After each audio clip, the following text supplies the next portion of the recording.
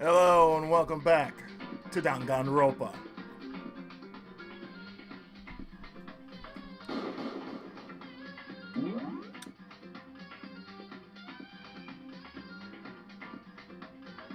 And it's time to continue where we last left off.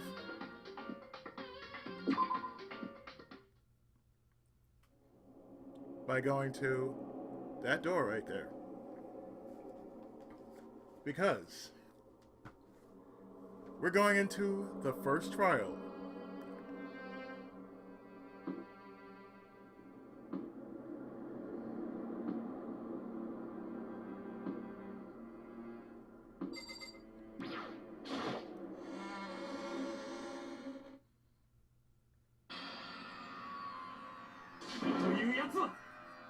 You're late, Makoto! We've all been waiting for you!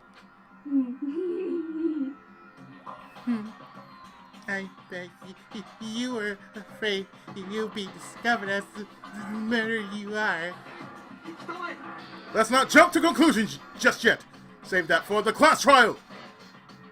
There we can all reveal the details of Makoto's crime. So they really are convinced I did it, but I didn't do it. Me and Sayaka both know that all too well. But then, who is the killer? The one who murdered Sayaka. Is it really one of us?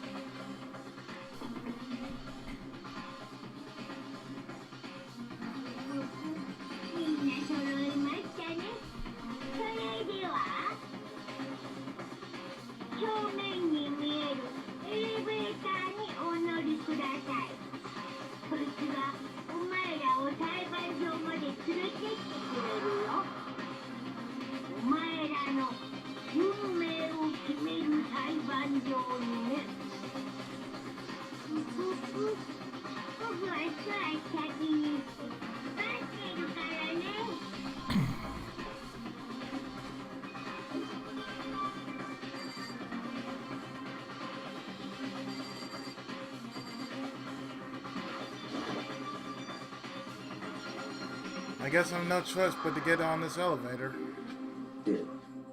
Let us begin. Good idea. Are you scared? No, scared isn't quite right.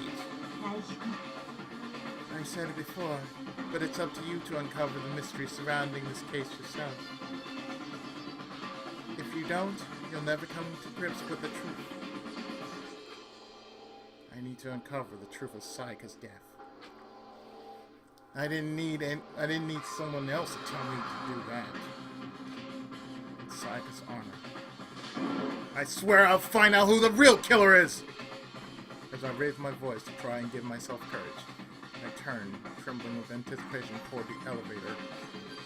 With each step forward, I could feel my heart starting to race faster and faster. Everyone else was already on the elevator when I finally stepped on. The doors were closed and the elevator started to move. The steel box descended with heavy clunking sounds toward the school's basement. I wonder if this is how a death row inmate feels when his time finally comes. And rather than that, is it not more like a defendant waiting to receive his judgment? Oblivious to our shared anxiety, the elevator lowered us further and further into the bowels of the school.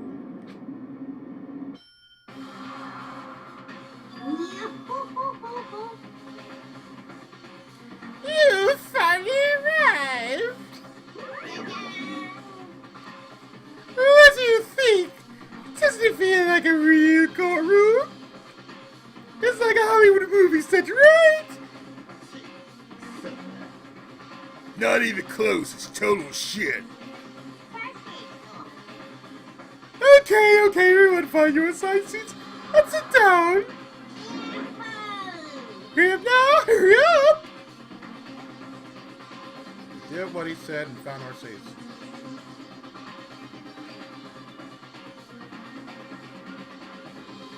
seats were arranged in a giant circle. It was set up so that everyone could see everyone else, which also meant it'd be uneasy for anyone to transfer the tension and unease onto anyone else. The air seemed to grow heavy as we sat there.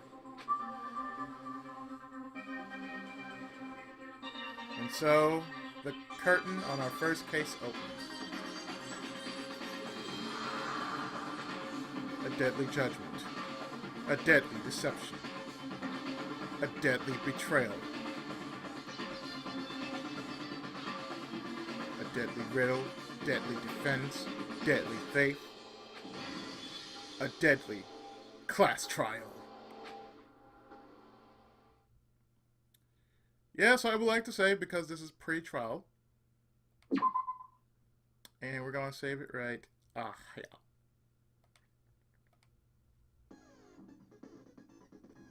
Now,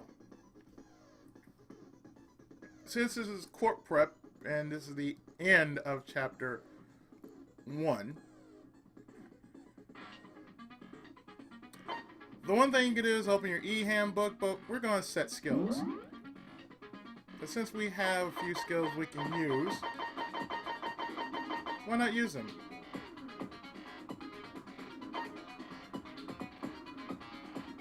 Like, for one, increases bullet capacity.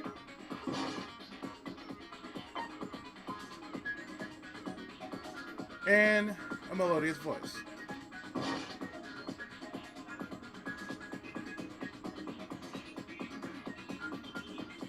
And yes, there is bullet time battles. Apparently, from what I've been told, the two characters in question are not so fond by the creator. So apparently, the creator behind Danganronpa has a bit of Tominoism. If you don't know what Tominoism is, it's named after the guy who created Ideon and Gundam and other sorts of anime, like Baldios. And I think there was another one. I forgot the title of it. I forgot what it is.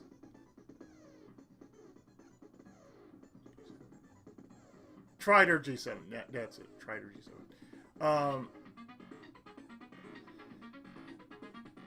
It's based off what Tomino did for some of his works that he just didn't like. Oh, Wolf's Rain 2. The one thing he just didn't like was the fact that if he didn't like something, he'd destroy it. So, namely, that's what the thing with Sayaka and Leon. Those two characters were just so unlikable because they were probably in the series too much, or you know, got sick of them or whatever, and just basically say, you know what, don't like it. So, since we got that down, we can only have up to 9 SP.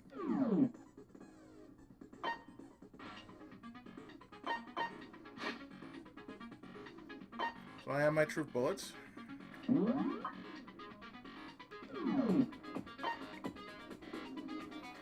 I just don't see the point in presents, you know.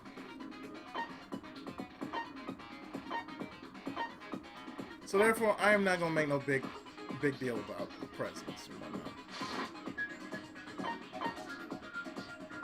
So we're finished with preparations.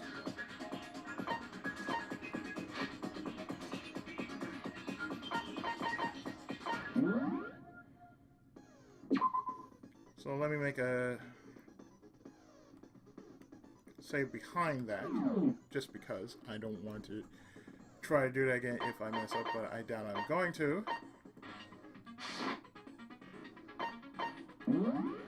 Let's do this. まずは学級裁判の簡単な説明から始めましょう。学級裁判の結果はお前らの投票に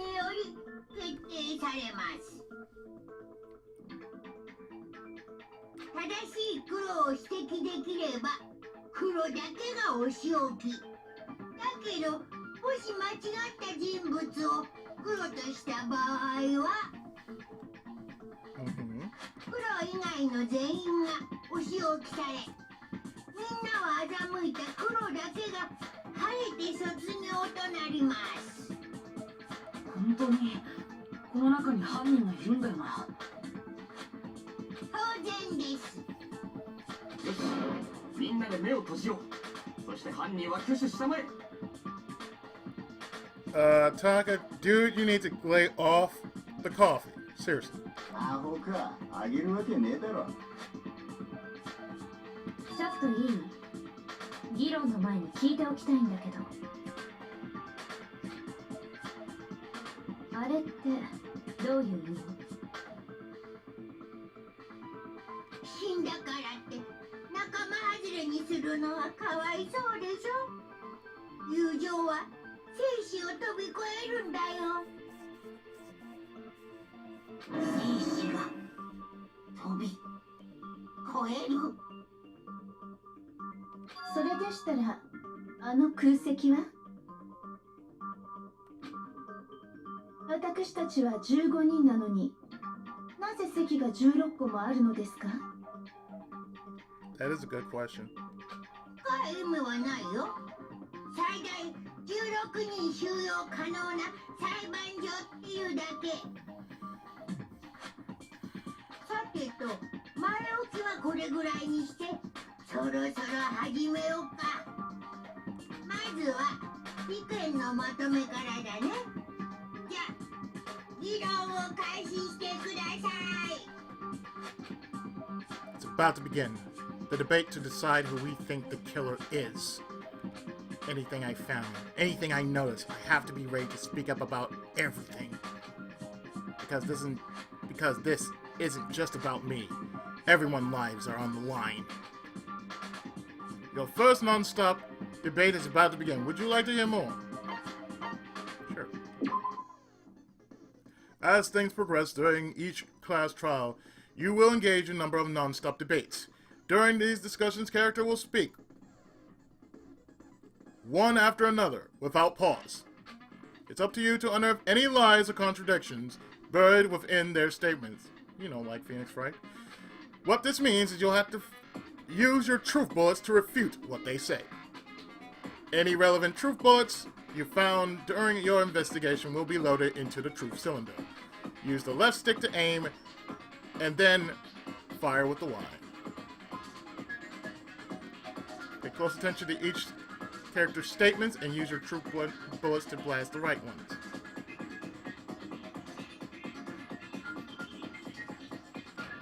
Note that if you run out of time, you will automatically fail, so please be careful. If you press the start button during these arguments, you can view the controls. Well then, good luck and have fun.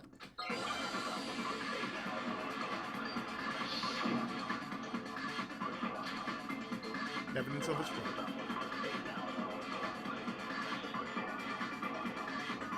断言しよう。殺されたのは埋蔵さやかだ。そんなの分かってんの？殺人が起きたのは苗木の部屋だったの。そのシャワールームだったよね。で、前澤さんはシャワールームにいるところをいきなり襲われて、抵抗する間もなく殺されちゃったんだね。Something was off about what was just said. Because if Sayaka hadn't resisted at all, there's no explanation for what happened to my room. For the first debate, we'd like to take a quick sidebar. If you're unable to spot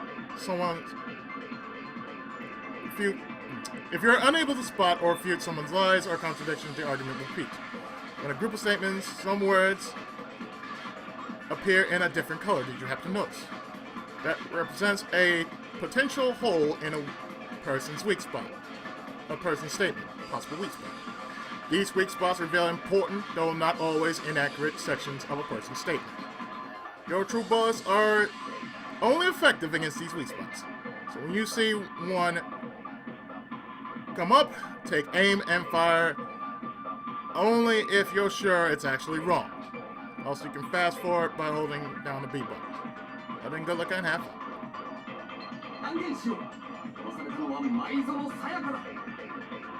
そんなの分かってんだよ。殺人が起きたのは苗木の部屋だったの。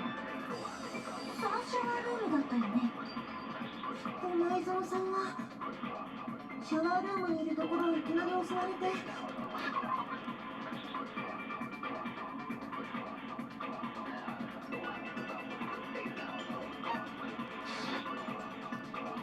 抵抗する間もなく殺されちゃったんだね。Huh, sounds off by what she just said. 断言しよう。殺されたのは前園さやかだ。 No. そんなの分かってんだよ。殺人が起きたのは苗木の部屋だったの。そのシャワールームだったよね。No. 前園さんはシャワールームにいるところをいきなり襲われて。抵抗する間もなく殺されちゃったんだね。There! Counter! ちょっと待って藤崎さん、僕の部屋の状況を思い出してみてよ。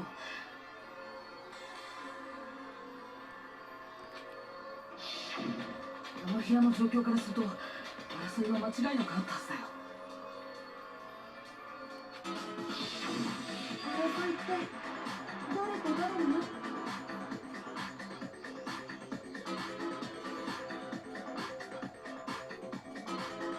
そう、前園さんと犯人だよ。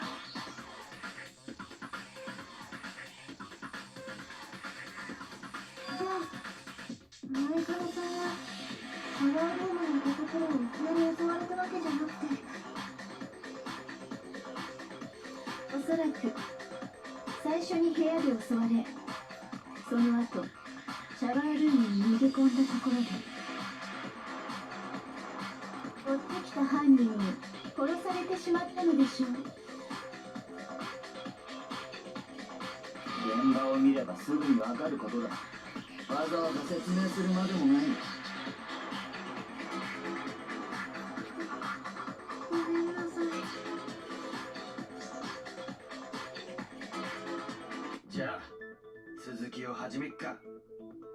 では次は凶器の話だな。なんだかそれっぽくなってきましたな。 We need to determine what was used to kill Sayaka.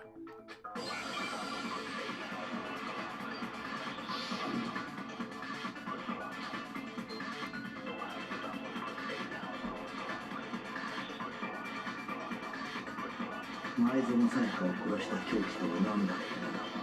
前園君の袋に刺さっているのは犯人。間違いない、あれが凶器だ。犯人がナイフでぶっ刺しやがった。それは違う。 Counter!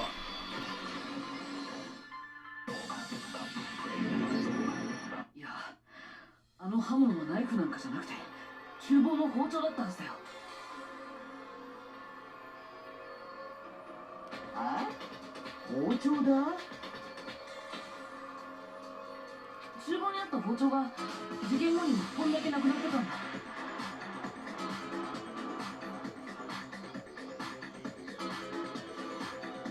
その包丁が凶器になったということ。ああ、確かにそうかもしれねえな。あの女の腹に刺さってた刃物。よ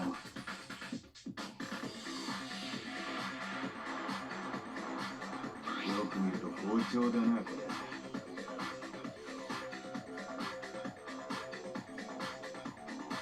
凶器が包丁っつうのは分かったけどさ、だからどうしたっての？ Oh, you know he looks guilty. 結局のところ、苗木が犯人なんだろ？そうよ。現場は苗木の部屋だったのよ。これ以上のことはないじゃない。ちょっと待ってよ、僕は。その結論は議論を進めた後で出しましょう。でないと学級裁判の意味がない。けどこれ以上話し合ったってどうせ結論は変わんねえって。いいえ、そんなことないわ。議論を続ければきっと突破口は見えてくる。あ、突破口って？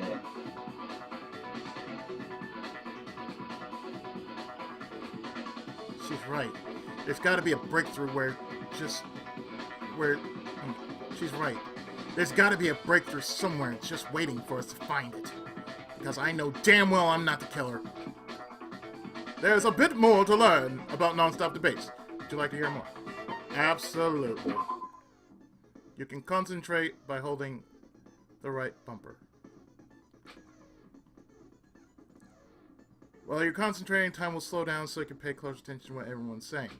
On top of that, it'll steady your aim, making it easier to target potential weak spots.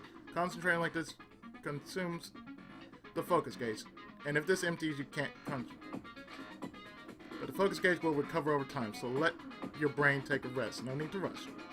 Well then, good luck and have fun!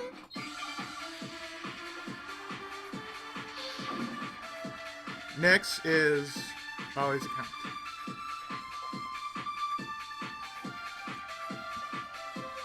確かに凶器は包丁みてえだけどさ、それがどうしたっての？苗木が厨房から持ち出したんでしょ。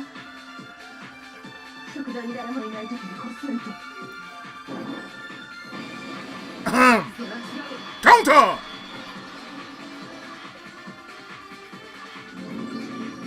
待って、厨房から包丁を持ち出したのは僕じゃないんだ。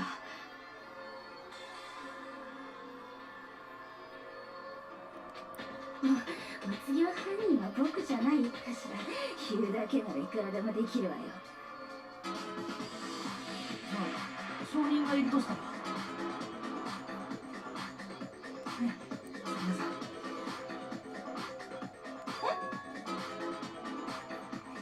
だって朝比奈さんは言ってたよね。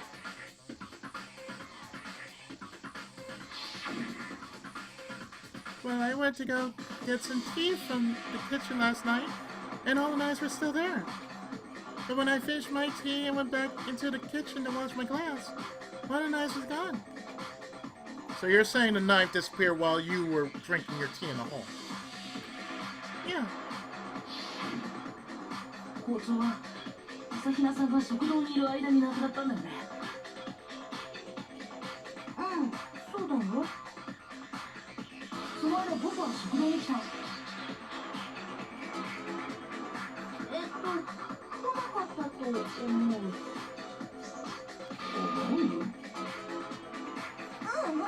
苗木は来なかったよ。絶対に。包丁は朝比奈さんが食堂にいる間になくなった。その間僕は食堂には行ってない。つまり僕に包丁を持ち出せたはずがないんだ。だったらこういう可能性はどう？そこの水山誠と苗木誠は共犯関係にあって嘘の証言をしているとか。水山か？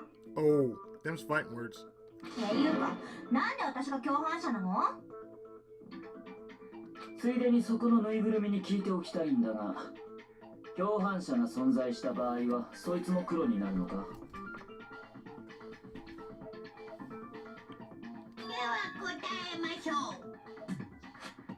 殺人の際、共犯者を味方につけることは可能ですが、卒業できるのは実行犯である黒い地名のみです。つまりいくら殺人を手伝ったところで共犯者は得しないのね。じゃあ共犯者ってのはなさそうだな。でも犯人はそのルールを知らなかっただけなのかもしれないし。ああ、めんどくさいな。もうないない。今回の事件に共犯者はいないんだよ。あ、言ってしまった。 Yes, you did. とにかく僕は食堂には行ってないし、包丁なんて持ち出してないんだよ。だから僕は犯人なんかじゃないんだ。だったら包丁を持ち出したのって誰なのかな。食堂にずっといた朝比奈さんなら可能でしょうけど。違う違う、私じゃないって。 Now she was making tea. No.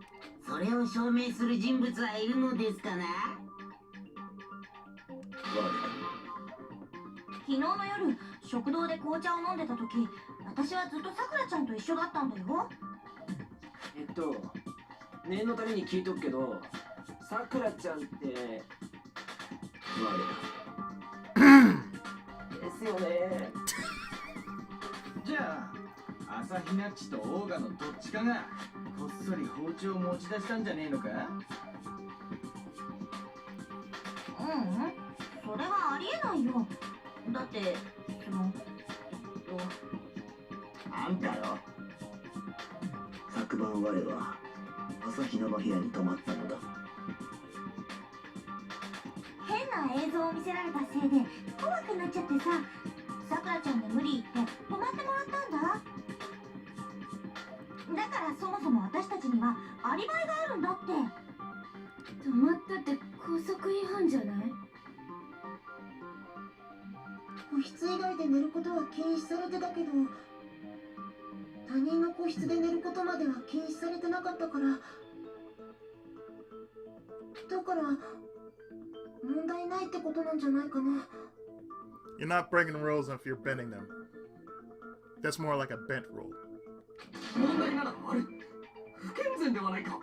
男女が一つの部屋に泊まるなど。You know, Taka, you should try that sometimes. Might help you relax. Just saying. 我は女だが。失礼した。 It's like a tits, isn't it? It's because she's a bodybuilder, isn't it? ですが、食堂にいたあなた方でもないとなると、もう他の可能性は。いや、まだ可能性はあるはずだ。そうだろう、朝日奈。実はね、私たちが食堂にいる間、他にも一人だけ食堂に来た人がいるんだ。なぜそれを先に言わん？だってもうここにいない人だから。 Someone who's not here. Are you talking about... 前園さやかちゃん。食堂に来たのは殺された彼女だよ。Sayaka? Okay, so the person who took the knife from the kitchen was Sayaka. じゃあ包丁を持ち出したのも前園さん。そうとしか考えられまい。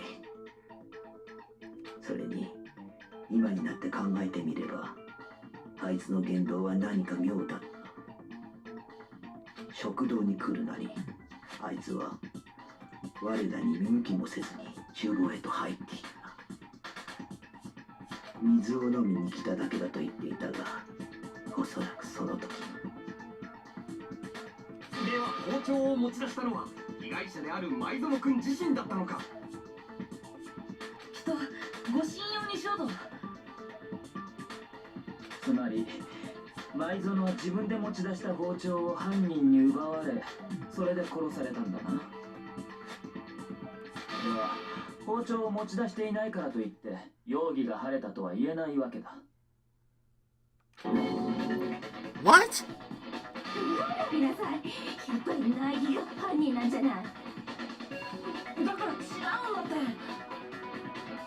そうやって議論をねじ曲げ、一度間違った方へと誘導してるのか。恐ろしいスキルの持ち主よ。 Damn, if I don't do something, they're gonna blame me for the murder. Don't they understand? If they convict me, everyone's gonna die. 待って、苗木君を犯人だと決めつけるのはまだ早いんじゃないかしら。今回の犯人は部屋の持ち主ではありえない行動をとっていた。その行動の謎を解明しない限り、彼が犯人だとは言い切れないはずよ。ありえねえ行動？なんだそりゃ。現場となった部屋にはあって当然のものがなかった。苗木君、ここまで言えばわかるわね。Your first Hangman's Gambit is about to begin. Would you like to hear more? Absolutely. As things advance further in a class trial, the Hangman's Gambit will eventually take place. The point of this is to reveal an important phrase related to the incident in question. You'll have to deduce the phrase from the letters flying around and the letters already know. Complete the phrase by shooting down the flying letters in the right order. Left stick to aim, Y to shoot. If you shoot down the wrong letters, you'll suffer damage to your influence gauge. If your gauge reaches 0, or you run out of time, you'll fail. Well then, good luck and have fun! Something that should have been at the scene, but wasn't. That must be the crucial point. We can just figure out what that something is.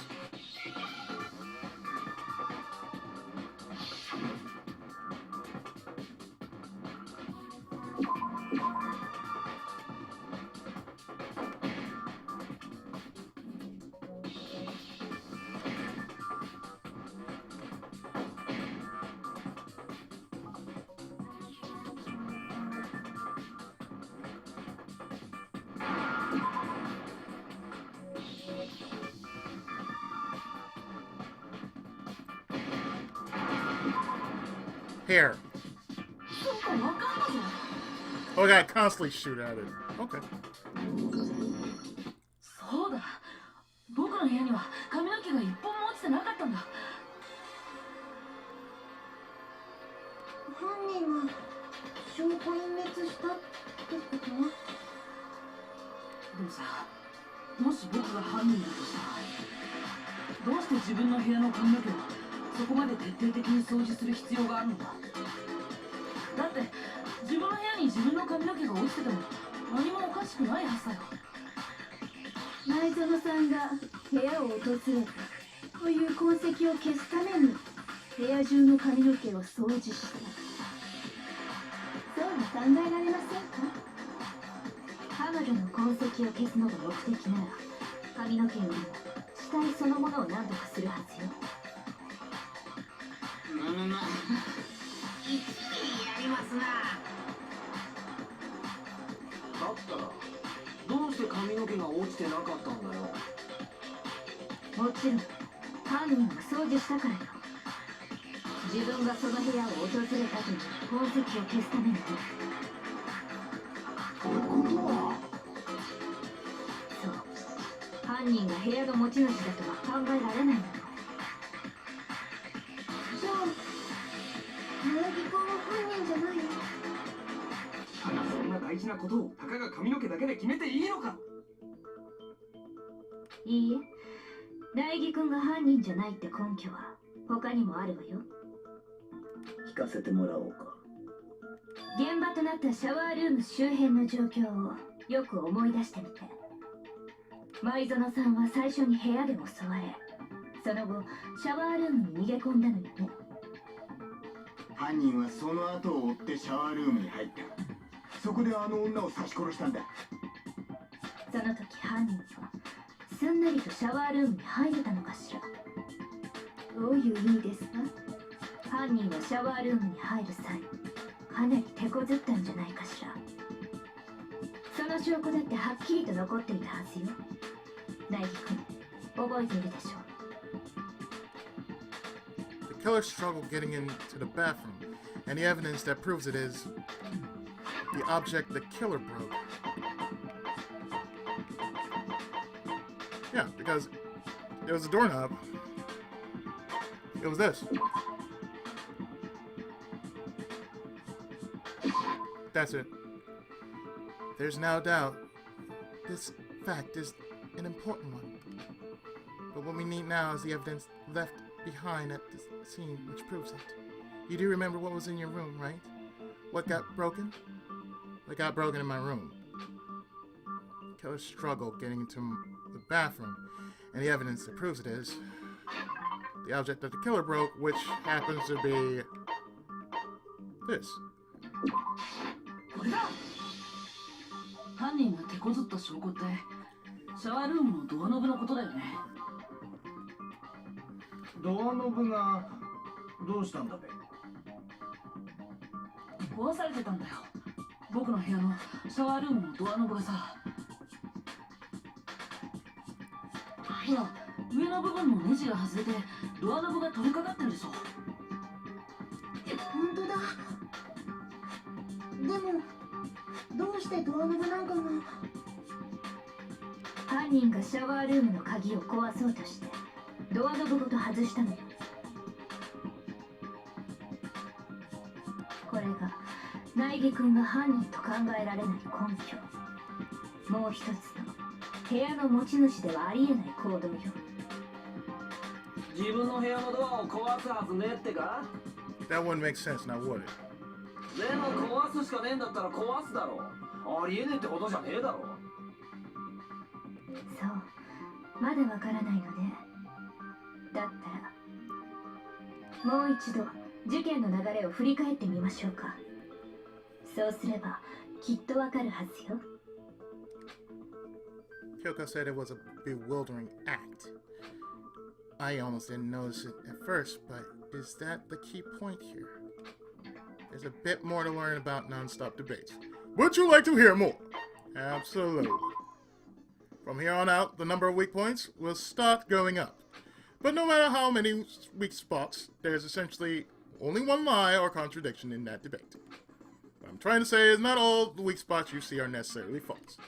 Use a true bullet on the wrong one, and not only will you fail to refute what they said, but you'll also lower your trust with everyone, and your influence gauge will take damage. Now, this is important because if your influence gauge reaches 0, you fail.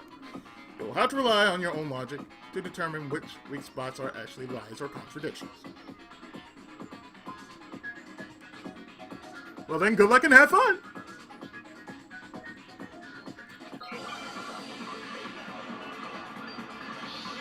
Roll the dice!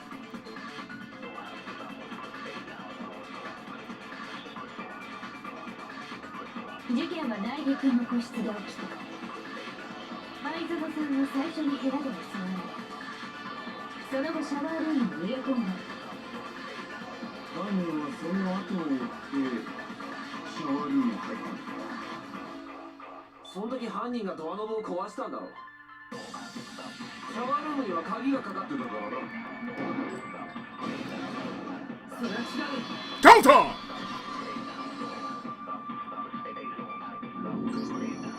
僕の部屋のシャワールームが開かなかったのは鍵のせいじゃないんだよ。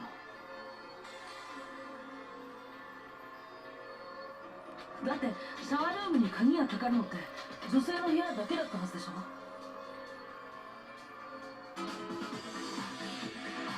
そういえばそうだった。じゃあ苗木君の部屋のシャワールームはどうして開かなかったの？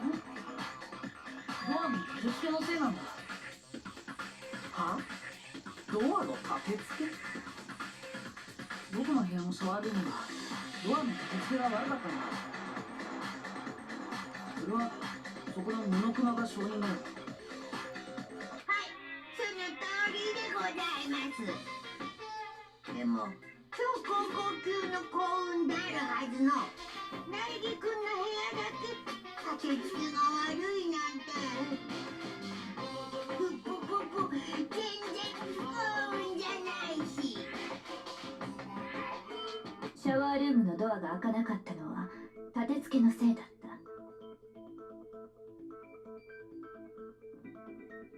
でも犯人はそれを鍵のせいだと勘違いした。だからこそドアノブごと鍵を壊そうとしたのよ。ですが犯人はどうして鍵がかかっているなんて勘違いをしたのでしょう。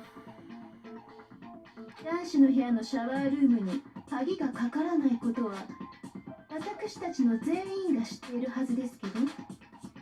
犯人がそう勘違いしたのは現場に関する重要なことを知らなかったせいよ。The killer was convinced the bathroom door was locked, so they didn't know that the door actually couldn't be locked. In other words, the important detail was the crime took place in my room. れだ。犯人は現場が僕の部屋だってことを知らなかったのか。犯人が現場を知らないなんて前代未聞ですぞ。でも当たってるわ。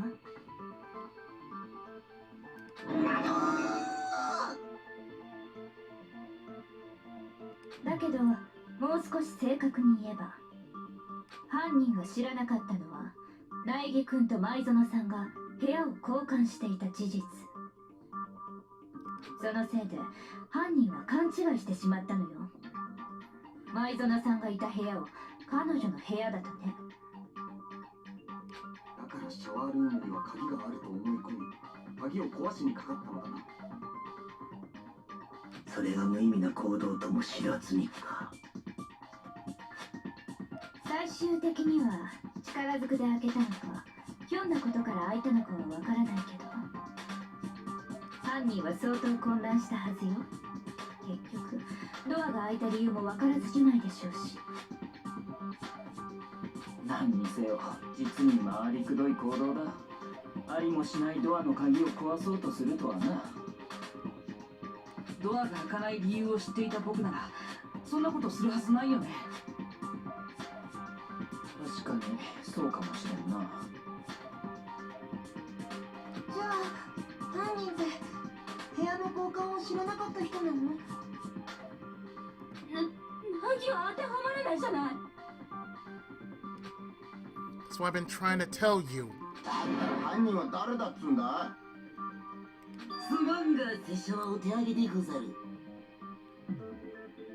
このまま犯人が決まらなかったらどうなるの？よし、とりあえず多数決で決めよとりあえずでいいんだ。つうか、この状況ってやばくねえか？リアルな話、誰か何とかしてくんねえと。どんな些細なことでも構いませんわ。どなたか疑問に感じていることはないのですか？あ、疑問ならあるよ。あなたですか。なんで残念そうなの？ Oh. 朝平君、いいから話したまえ。あ、そうそう。そもそも犯人はどうやって苗木の部屋に入ったのかなって思ってさ。なるほど。犯人が現場に入った方法か。舞園が部屋の鍵を落として、それを犯人が拾ったんだろ。そんなに都合よく落とすとは思えんが。じゃあピッキングとか？いや、鍵にはピッキング防止加工があったはずだ。ではお答えしましょう。犯人はもっと簡単に入ったのであります。つまり来訪者のふりをしてやってきた犯人を舞園さん自らが招き入れたのです。いや、それはないよ。ほう、随分と身の程知らずがいたもんですな。この僕に反論するとはね。もしもーし、どうしてないって言い切れるんですか？ Because she asked me to do something in particular because of how frightened she was. That's the answer right there. There's no way Sayaka would let me in because we switch rooms. これだ。だって舞園さんは怯えていたんだよ。だからこそ僕に部屋の交換を頼んだんだ。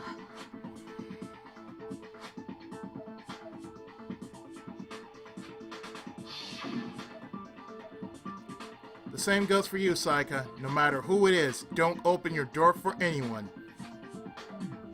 Even if I'm sure it's you, I absolutely won't open. Otherwise, what's the point of even switching? そう言っていた彼女が自分から鍵を開けたとは考えられないよ。彼女が怯えていたこと自体が嘘だったとしたら？何言ってんだよ。どうして彼女がそんな嘘を？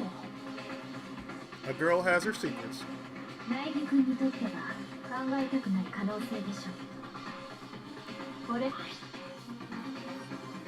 There's something I want to talk to you about. Just us two. In 5 minutes, come see me in my room. Check the nameplates to make sure you don't get the wrong room, okay? ある場所に置いてあったメモ帳の一番上のページを鉛筆でこすってみたら、こんな字が浮かび上がった。ドラマで見たことあるよ。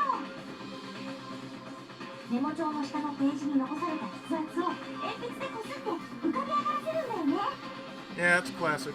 それを見たときに思ったもん。メモに字を書くときはメモ帳から破って後で書かないとって。古い手法だけど意外と古典の役に立つものね。ちなみにこのメモ帳が置いてあったのは来陸の部屋のデスクの上に。つまりこのメモを事件前に残せたのは来陸の部屋に入ったことのある人物だ。部屋の持ち主である苗木か昨晩だけ部屋を交換していたという舞園。来木君、これはあなたが書いたものかし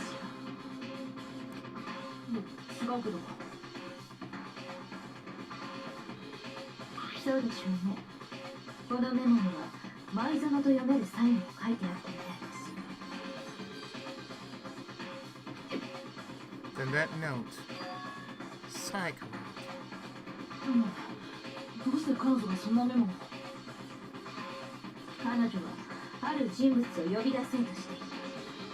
そこでこのメモを使ったんじゃないかしら。このメモを部屋のドアの隙間から入れることでその人物をこっそり呼び出そうとしたのよ。超高校級のアイドルにそんな風に誘われた日には大事な一行ですな。僕は2次元限定なんで関係ありませんよね。 Forever alone. ですが、そのメモで呼び出された人物なんて本当に存在するのでしょうか。存在するとしても、その人物が事件に関係しているとは思えませんわ。どうして？聞いていただけますか？では、お話しして差し上げましょう。Roll the dice.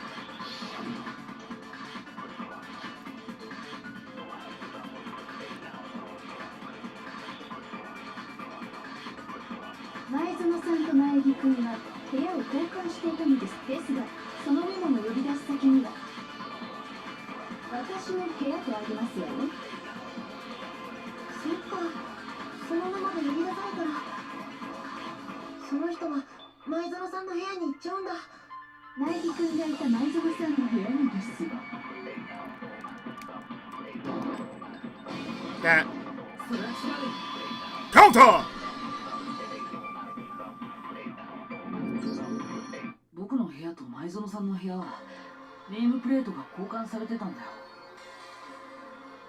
ネームプレートが。そう、部屋の交換と同じようにね。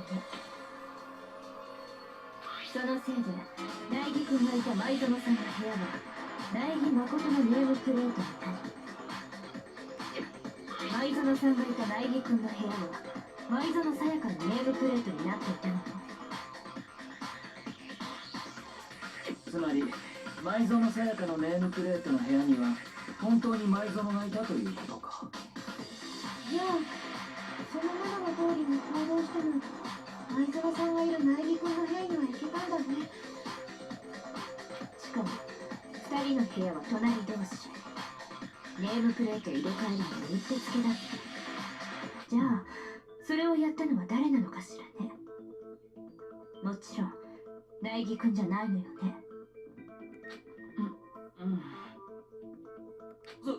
そんじゃ誰がやったっつうんだよ。 There's only one person who could have switched the nameplates. The only other person knew we had switched rooms. これだ。 Sayaka. そもそも部屋の交換を知ってたのは僕と前園さんだけなんだ。だからネームプレートの交換ができたのは僕以外には前園さんしかいないはずだよ。そのことは彼女が残したメモの文面からも推測できるわね。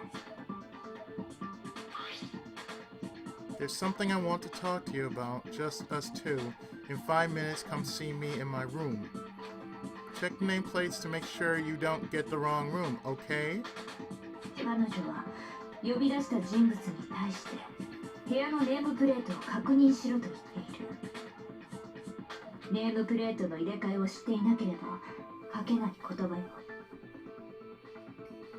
でもどうして前園さんはネームプレートの交換なんかをしたの？苗木くんとの部屋の交換を隠した上で自分のいる部屋に人を呼びたかったからよ。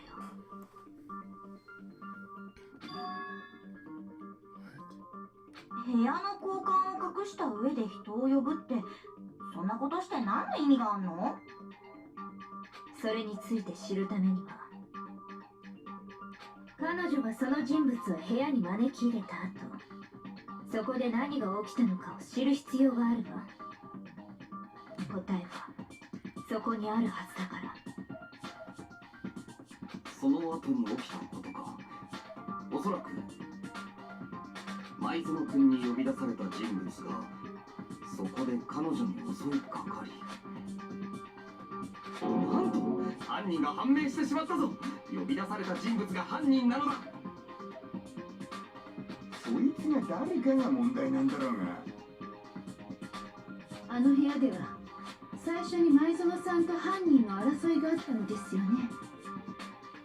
もしやそこでの争いの中に先ほどの問いの答えがあるのではないですか？ええ、その通りよ。じゃあそこでどんな争いがあったのかをはっきりさせればいいんだね。そういえばあの現場には模擬刀が落ちていたな。あれはそこでの争いに使われたものではないのか。そういや、あれって何なんだ？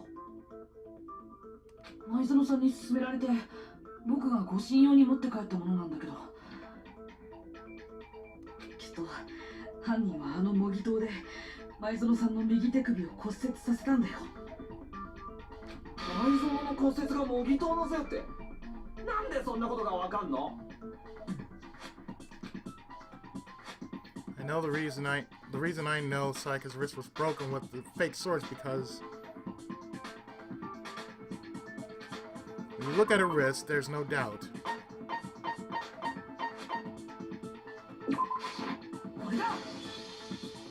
それは骨折した前園さんの右手首を見ればわかるはずだよ。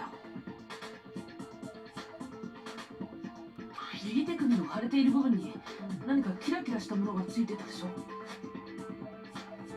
That glitter, man. もしかして金箔？あの模擬刀の金箔だよ。あの金箔って少し触っただけでもすぐ手についちゃうんだけど、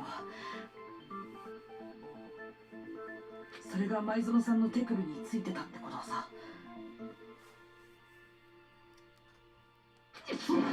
そこに模擬刀の打撃を受けたからだな。なるほどなるほど、真相に近づいてきた気がしますな。よっしゃ、じゃあ一気に謎を解くべ。あの部屋で起きたことの一部始終を解明してやるって。 What happened in my room? And what led to Sayaka's death? That's what we need to make clear. There's a bit more to learn about non-stop debates. Would you like to hear more? Absolutely. Are you getting used to these non-stop debates? Starting with the next debate, I'll start loading multiple truth bullets into your truth cylinder. But just like with the weak spots, only one of those bullets can actually refute the proper statement. In other words, from here on out, You'll have to combine the right true bullets with the right weak spots to refute each statement.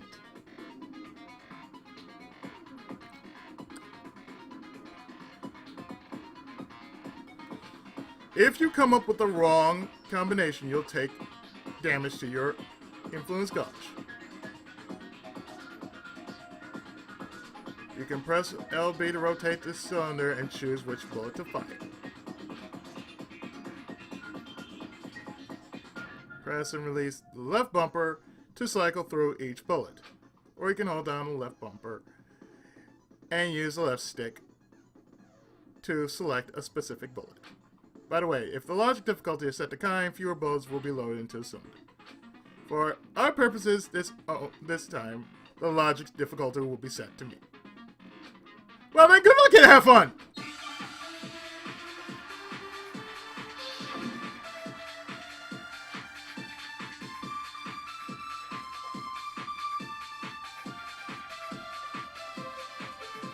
あの部屋で争いが始まった際に犯人はモニトーを手にしたんだ。そこで最初の一撃が繰り出されたんだ。モニトーの先制攻撃だぜ。そこで前園さやか殿は特設してしまったの。慌てて応戦をしようとしたあいつが隠し持ってた包丁を取り出したのに、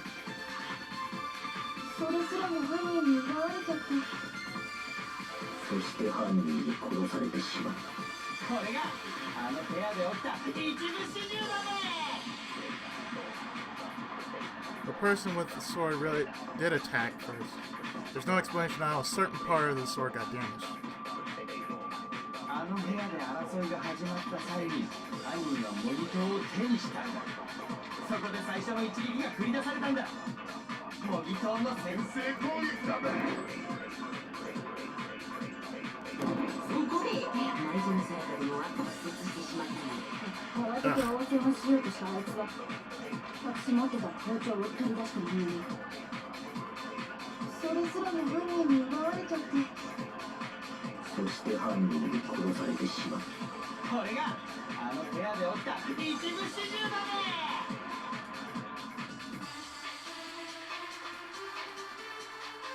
あの部屋で争いが始まった際に犯人はモニトーを手にしたんだ。そこで最初の一撃が繰り出されたんだ。モニトーの先制攻撃だぜ。 There! それは違う。 Counter!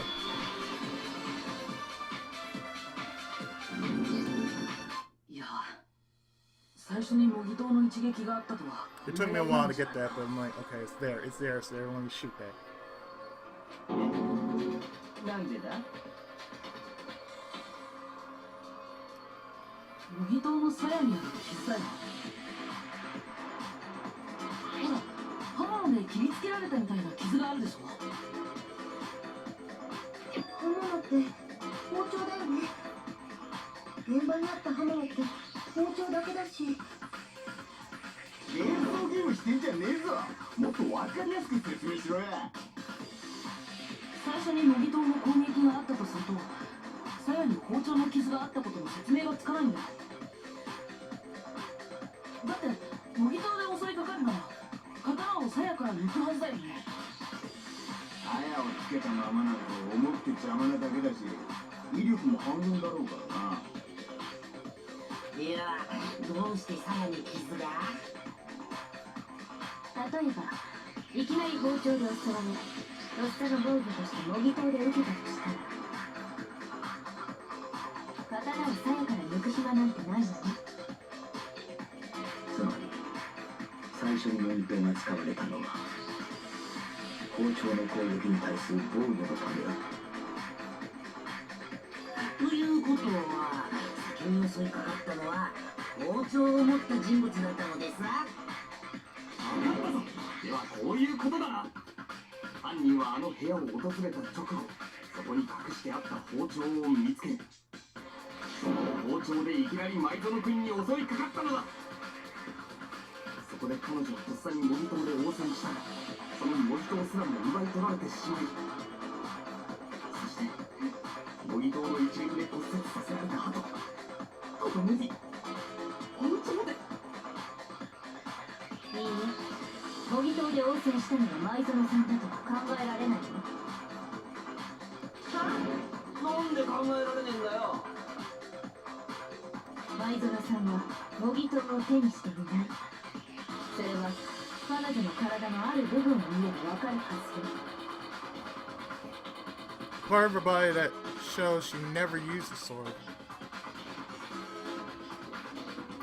If you wanted to use a sword, which part of the body would you touch it? これだ。 The palms. それって前園さんの手のひらだよね。彼女の手のひらって綺麗なままだったし、模擬刀を手にしたとは思えないよね。どうして手のひらを見ただけでそんなことがわかるの？さっきも言ったけど、あの模擬刀の金箔ってちょっと触っただけでもすぐ手についちゃうんだよ。実際模擬刀の柄の部分は塗装がかなり剥がれていたでしょ。きっとあの模擬刀を使った人の手に金箔がついちゃったせいだ。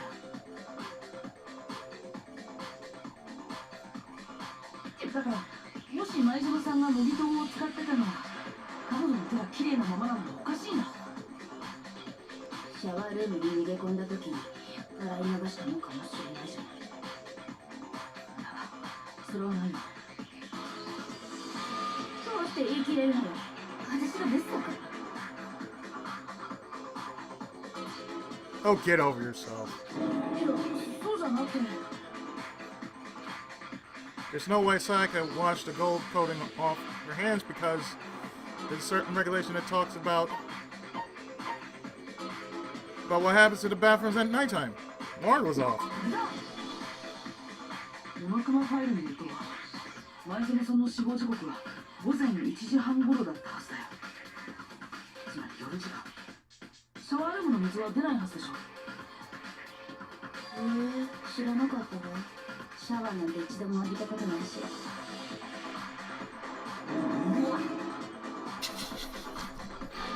あんたたち似たようなもんじゃない。カブトムシの匂いがしてるわよ。褒められてるの？なされてるの？ Take it as both. 言わされてんだろ。明らかに。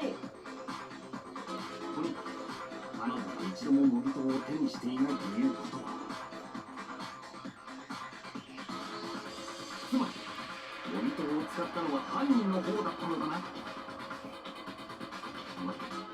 だとするとその模擬刀の際に包丁で傷をつけたのって The one who damaged the sheath without would have to have been the one without the sword, which was Sayaka. 前園さん、彼女が包丁を。だけどさ、確か最初に襲いかかったのって。はじめに包丁を持った人物が襲いかかり、そのとっさの防御として模擬刀が使われたんだったな。じゃあ最初に襲いかかったのも。前園さん、これで分かったでしょ。彼女は単なる被害者じゃなかったの。被害者どころか、まるで自らが殺人を行おうとしていたようだな。Reason? She wants to get out. What? あいつは厨房から包丁を持ち出し、そして自分が泊まる部屋に犯人を招き入れている。さらに先に包丁で攻撃を仕掛けたのもあいつなのだとすると。 Because remember, she had a reason to not be in the school to begin with. After seeing what happened on the tape, the only thing she wanted to do from then and there on is get on out. 確かに。むしろ加害者のような行動だ。そういえば苗木君に部屋の交換を申し出たのは前園さんの方からでしたわね。もしかすると彼女が苗木君に部屋の交換を申し出たのは苗木君に自分の罪をなすりつけるためだったのかもしれませんわね。前園さんは僕に。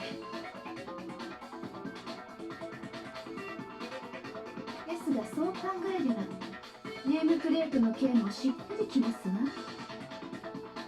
彼女は標的にした人物を自分が泊まる苗木君の部屋に呼び寄せたかった。その部屋で殺人を犯すことによって疑惑を苗木君に向けようとしたのです。ですがそのためには部屋の交換を伏せたまま標的を呼び出さなければならなかった。標的に部屋の交換がバレてしまえば間違いなく怪しまれてしまいますからね。そのためにネームプレートを交換したってですが、その計画は危険すぎやしませんかね。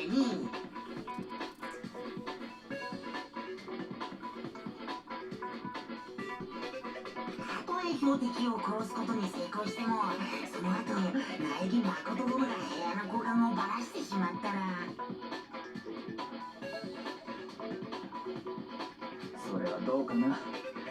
お人よしの苗木に舞園を切り捨てるような真似ができたとは思えんが、舞園もそう思っていたからこそ部屋の交換相手に苗木を選んだんじゃないのか。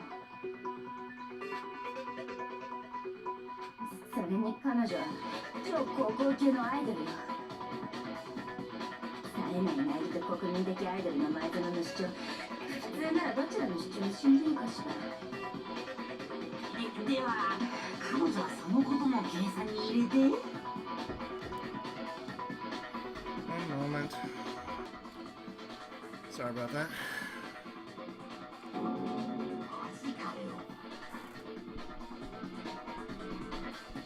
ですがそんな彼女の計画も失敗に終わっ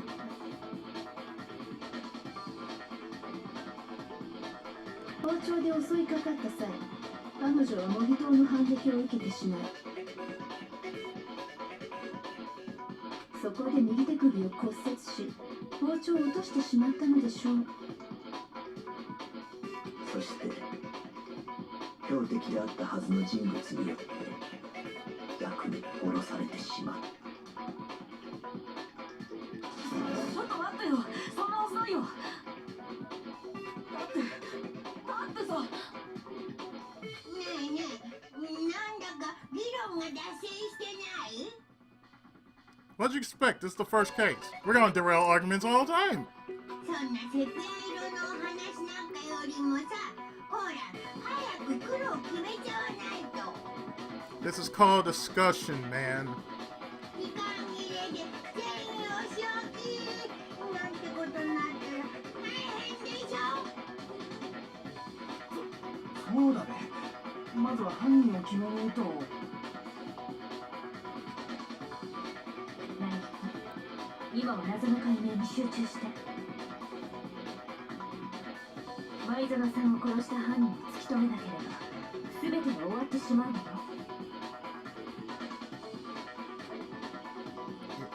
Is it really all over? Obviously, I'm committed to finding out who killed her, but what can I do? I mean, as far as clues go, there's nothing left.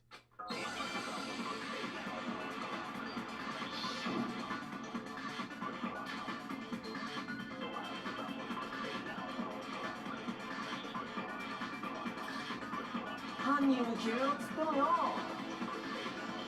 う新しい手がかりがないんだぜ。Counter! 手がかりならまだ残ってるかもしれない。前園さんが残したダイイングメッセージだよ。ダニー、なんつった？ Dying, you idiot, dying! ダイイングメッセージ。前園さんの背中の壁にあったでしょ。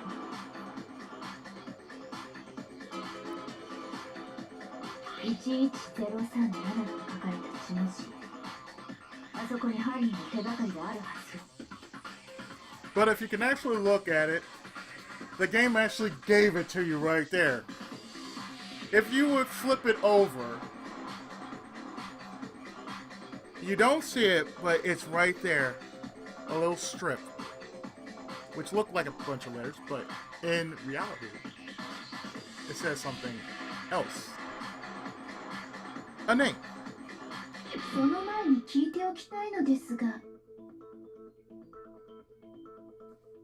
そもそもその血文字は本当に前園さんが書いたものなのですか？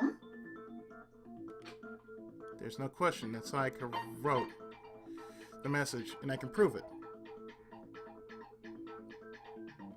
これだ。前園さんの左手の人差し指が血で汚れてた理由。その指で血文字を書いたからだよ。Of course, if you're looking at this, you know, mirrored, the right could be the left, and the left could be the right. 彼女はその前の争いで右手を骨折していたはずだ。それで左手で書いたのかな。前園ちゃんが書いたのはいいとしてもさ、その11037ってどんな意味なの？数字のことならその女が詳しいんじゃねえのか？プログラマーなんだろ？それが全然なんだよね。どうやってもこの数字列に意味を見出せなくて。Actually, I already said the answer long before them. 当たり前よ。だって数字じゃないもの。Yep, they're not numbers. おやー、なんだか。Einstein. Remember what Einstein used to do? If nobody remembers, but he used to write certain things. I might be wrong, but there's a way you can actually remember certain things if you were to say, write it in reverse, or mirror writing. どうした？数字じゃないと思って見てみますと、この最初の文字って11ではなくてアルファベットに見えませんかね？ Exactly. The 11 looks like an N if you don't see it. The zero is an O. The 3 is an E, and the 7 is an L. 本当だ。中央の線がかすれてるせいで11だと思ってたけど、これってエナとも読めるね。おお、珍しくまともなこと言ったな。灰色の脳細胞が冴えておりますぞ。だが最初の文字が N だとしても N037 ではまだ意味が通らんぞ。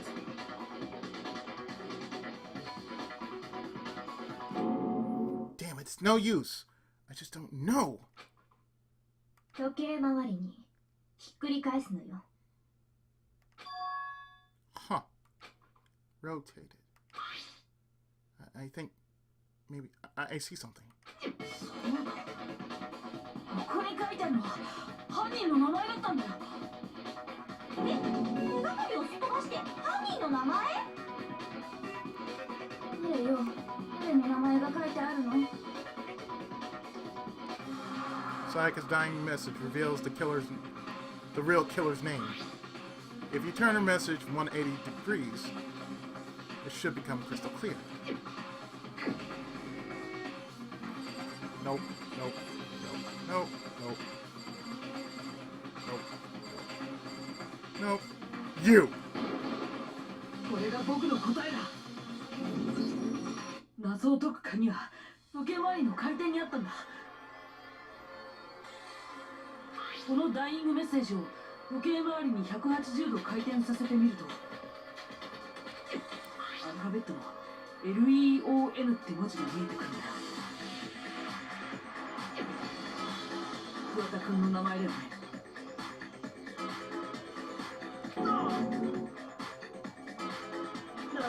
何言ってんだよ。たまたまだって。たまたまそう見えただけだって。偶然の産物だっつうの。いいえ、偶然なんかじゃない。 I mean, it was spelled right there! Even I could read that like, oh, yeah, that's what it is. 彼女は壁にもたれかかった体勢で背後の壁にメッセージを書いた。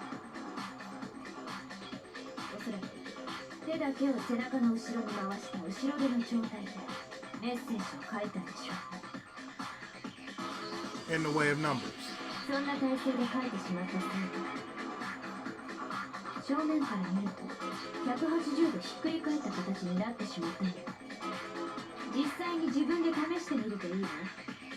その状態で書くと字が反転してしまうはずだ。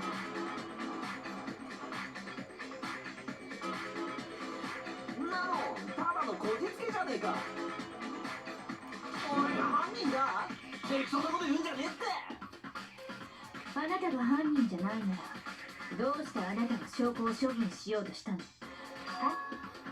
ナイギ君、あなただって知っているはずよ。桑田君が処分しようとした証拠のこと。 Oh yeah. The evidence that Leon tried to get rid of is that thing I found right in the incinerator, right? That burnt shirt piece? それって焼却炉の前に落ちてたワイシャツの燃えかすのことだよね。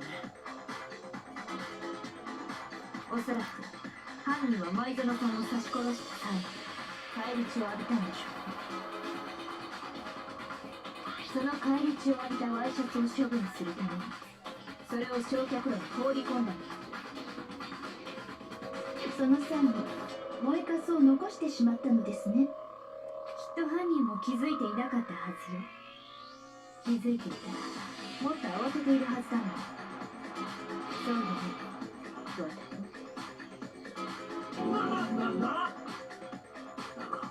そのワイシャツだけで桑田レオンを犯人だと断定できるのか。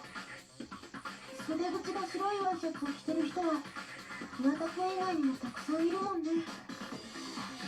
そうだ、ワイシャツを着てるやつなんて俺以外にもいるんだ。そんな燃えかすだけじゃ誰のもんかなんて分かるはずねえだろ。証拠品自体から割り出せなくても他の点から割り出すことができるかもしれない。どうやら見えてきたみたいね。全ての謎の答えが。なんとなくだ。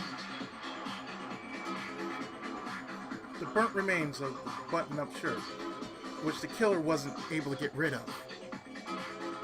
There's something about it you need to pay attention to in order to figure out who's responsible. How? ワイシャツを処分した方法。そこに注目すれば犯人を割り出せるはずだ。そうか、なるほど。俺には分かったぞ。トラッシュルームの鉄格子を開けなきゃ焼却炉には近づけねえし、あの焼却炉のスイッチも押せねえはずだよな。そんでそのトラッシュルームの鍵は掃除当番が持ってんだったよな。犯人は掃除当番ってことになるよな。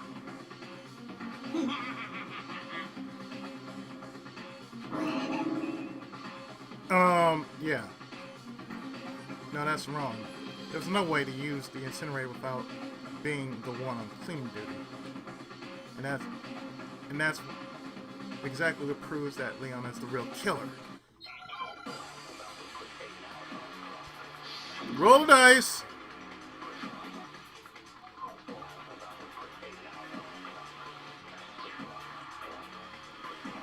トラッシュルームの鍵は掃除当番が持ってんだってやな。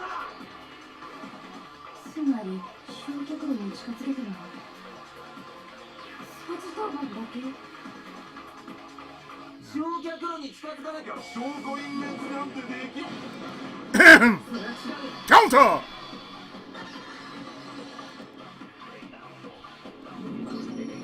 ちょっと待って。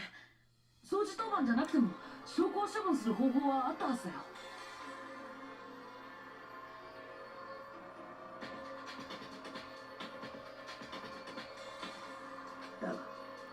鉄格子を開けなければ焼却炉の火をつけることはできんのだぞ。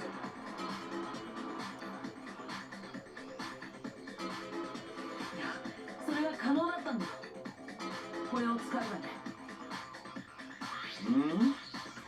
割れちまってるけどガラス玉みてえだな。いや、水晶玉のはずだったんだけども。これを使うってどうやって使うの？ Killer had to use it in a certain way, which was throw it. 犯人は鉄格子の隙間からこのガラス玉を投げたんだ。焼却炉のスイッチめがけてね。そうやって焼却炉のスイッチを押すことで焼却炉に火をつけたんだ。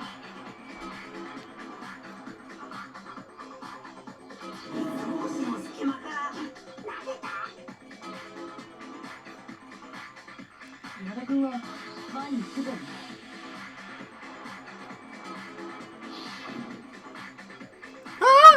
Someone turned the incinerator on! Very strange. I'm quite certain it was off last time I was down here. Perhaps it was the work of a fairy. 鍵を持っていた山田君の知らないうちに焼却炉の火がついてたのは、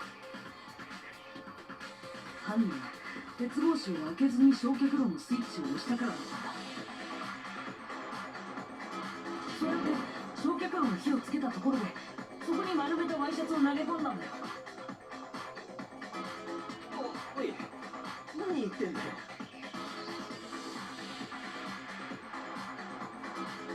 犯人が鉄格子の中に入っていないことは証拠隠滅後の状況を物語っているわ。割れたガラス玉、つけっぱなしの焼却炉の火、燃えかすが残ってしまったという雑な処分方法。掃除当番の犯人ならもっと丁寧に証拠を隠滅しているはずよ。いや、ちょっと待てって。でもさ、鉄格子から焼却炉までって10メートル以上は離れてたよね。そんな距離からガラス玉を投げてピンポイントでスイッチに当てるなんて、そんなこと本当にできるのかな？そうだ、そんなの不可能に決まってんじゃん。難しいかもしれないけど不可能じゃないはずだよ。It wouldn't have been because no challenge at all, for the killer was the ultimate baseball star. 犯人は超高校級の野球選手だったから。そうだよね、桑田君。バカ言ってんじゃん。ねって。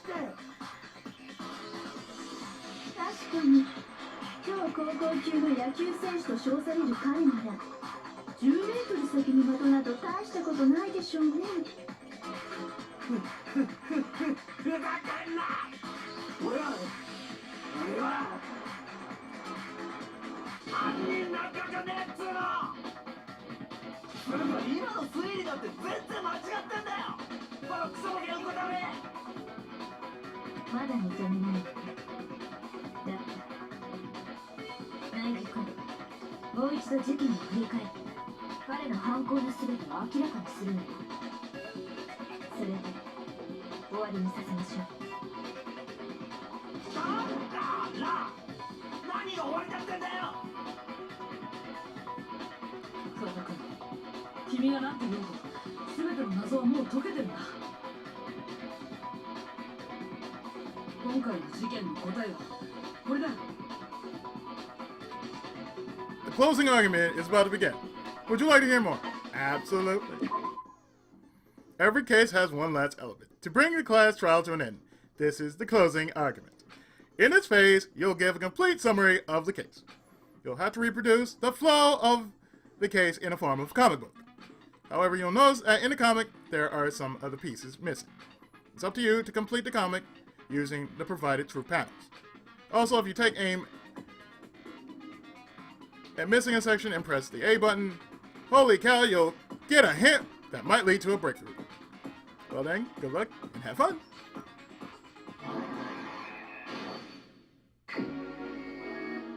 Okay.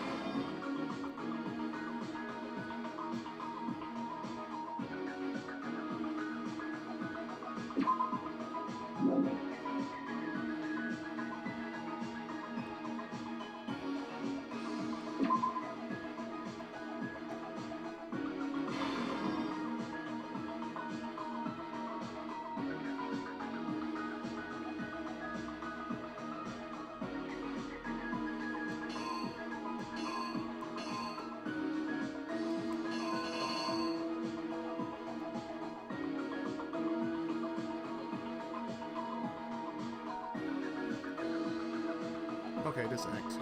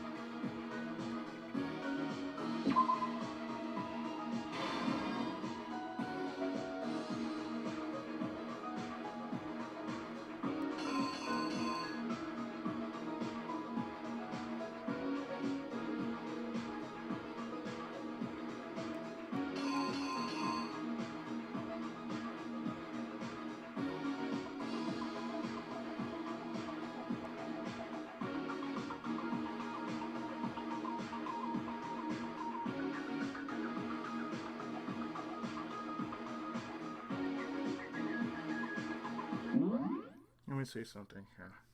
One moment. This is it. It has to be it. これが事件の全貌だよ。最初から事件を振り返ってみよう。 I think I better take one more look back at the case from the beginning. 昨日の夜、犯人は前園さんがいる部屋、つまり交換した僕の部屋に行った。おそらく前園さんはその人物を殺すつもりで部屋に呼んだんだ。そして彼女はあらかじめ用意していた厨房の包丁でその人物に襲いかかったんだ。I had to make sure I got everything right before I actually just say, you know what, let me put this in. So that's what it took me so long, just to get all the parts right.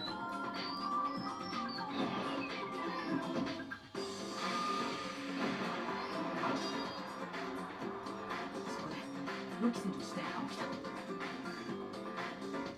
その人物が僕の部屋に置いてあった模擬刀で反撃してきたんだ。その攻防の末、模擬刀の攻撃によって前園さんは右手首を骨折してしまって、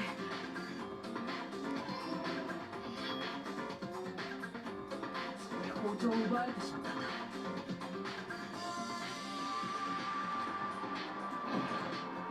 追い詰められた前園さんは慌ててシャワールームに逃げ込んだ。 That's right.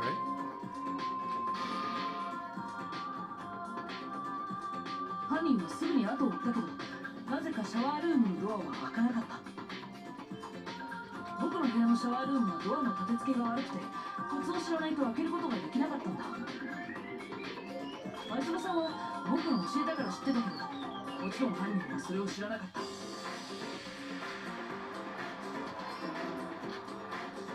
それでも犯人は何とかドアをこじ開け、そして奪った包丁で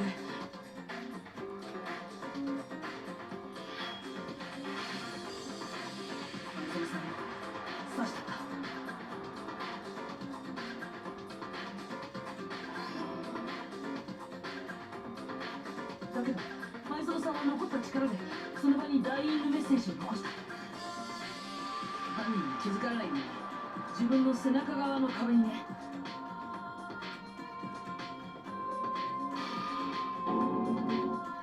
だけどそこで彼女は力尽きてしまったんだ。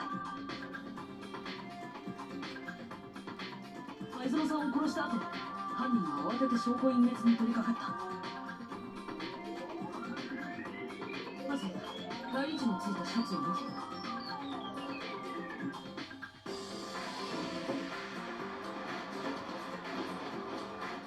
そして僕の部屋にあったクリーナーで部屋中を徹底的に掃除した。自分が部屋を訪れたという痕跡を消すためにね。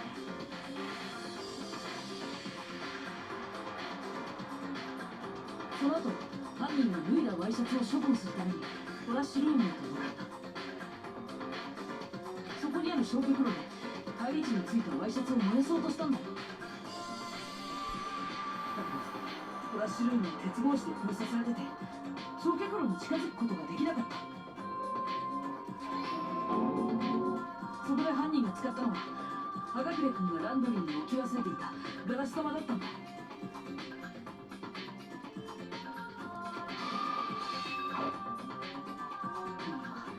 鉄格子の隙間からガラス玉を投げることで焼却炉のスイッチを入れたんだ。普通の人なら不可能に近い発想だけど、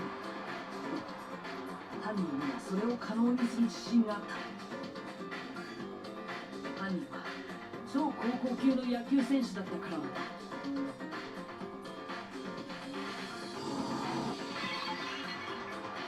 正確なコントロールで投げられたガラス玉は焼却炉のスイッチに当たり、そして焼却炉は稼働を始めた。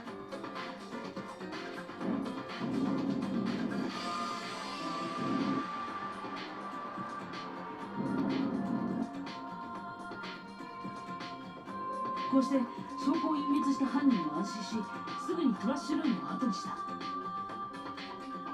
だけどそこには誤算があったんだ。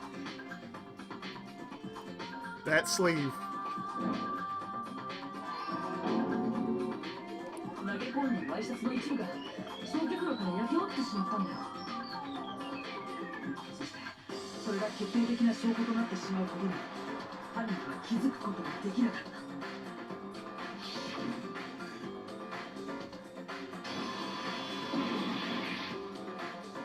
そうだよね、桑田レオン君。completo! あのガラス玉は葉隠君がランドリーに忘れたものらしいけど、桑田君がシャツの血を洗い流そうと向かったランドリーでそれを見つけたんじゃないの。そしてその時今の方法を思いついた。どうなの桑田君、何か反論がある？反論があるかい？あるに決まったんだろうが。 Of course you would. 今のって全部推論だろ。証拠がねえじゃねえか。証拠がいや、証拠がなけりゃただのでっち上げだ。そんなもん認めねえぞ。苗木君、だったら教えてあげるといいよ。彼が犯人だという証拠をね。 Okay. あなたはその証拠を持っているはずよ。 I have the evidence.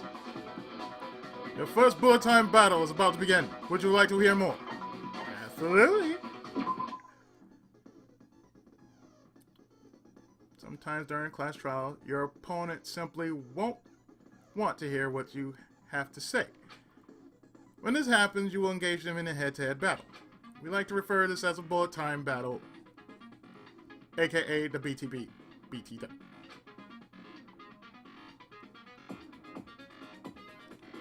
During the BTB, you want to destroy your opponent's statements in time with the rhythm.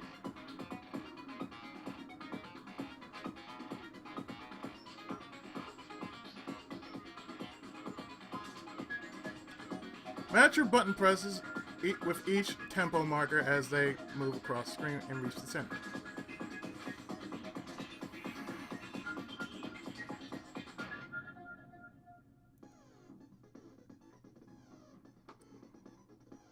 There's A to lock on.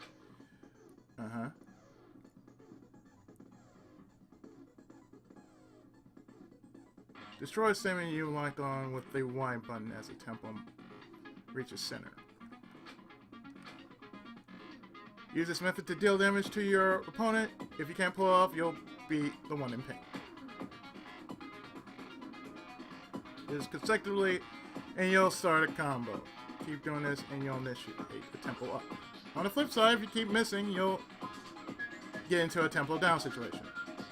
When the tempo changes, so does the timing for each time hitting the button. It's DDR. So watch out for that.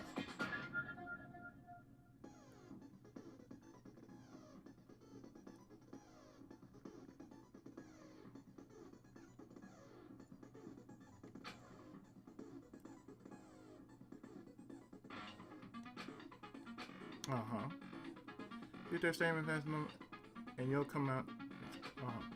Inform. Of course. Have fun, he says. シャワールームのドアノブからネジを外す際、その部屋にあったものを使わなかった。その代わりに彼が使ったのは。Yeah. They used something on their own to remove the screws. Could have been.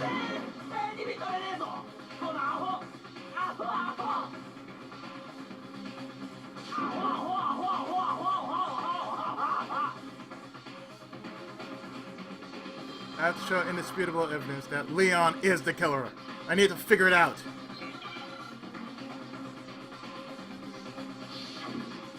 The moment of truth.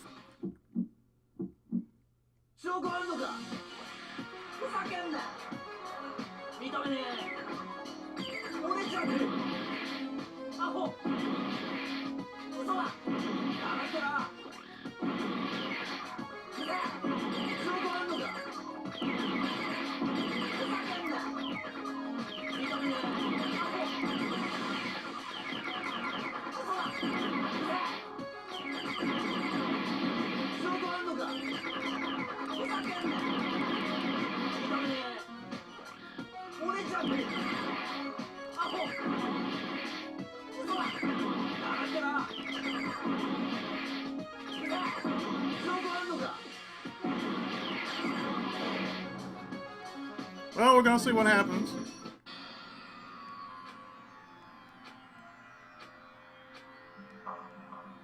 When I actually fail.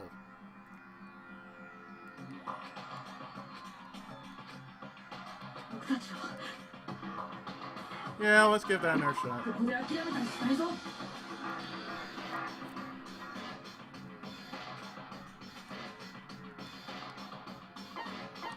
I got it. 犯人はシャワールームのドアノブからネジを外す際、その部屋にあったものを使わなかった。その代わりに彼が使ったのは、おそらく彼自身のものだったはず。ネジ認めねえぞ、このアホアホアホアホアホアホアホアホアホア。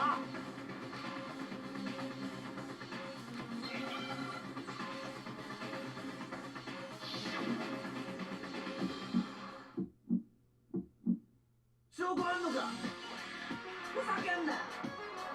認めねえ、折れちゃうね。アホ嘘だ、あってらうざい、証拠あんのか、ふざけんな。認めねえ、アホ嘘だ、うざい、証拠あんのか、ふざけんな。認めねえ、折れちゃうね。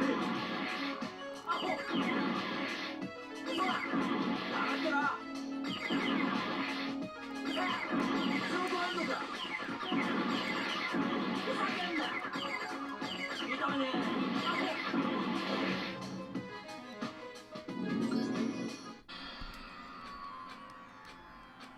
Yeah, I gotta try this again.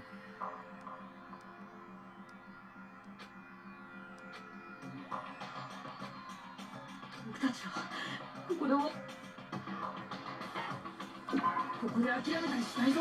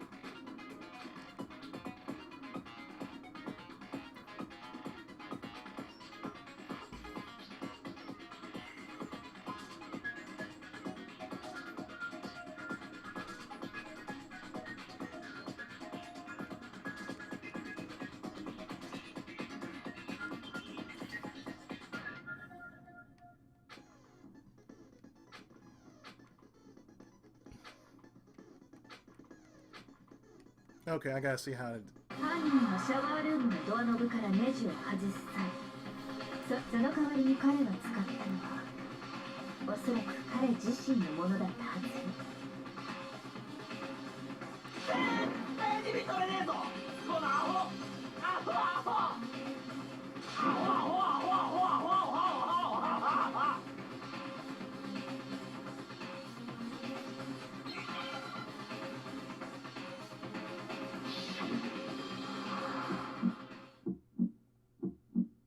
証拠あんのか、ふざけんな。認めねえ、折れちゃうね。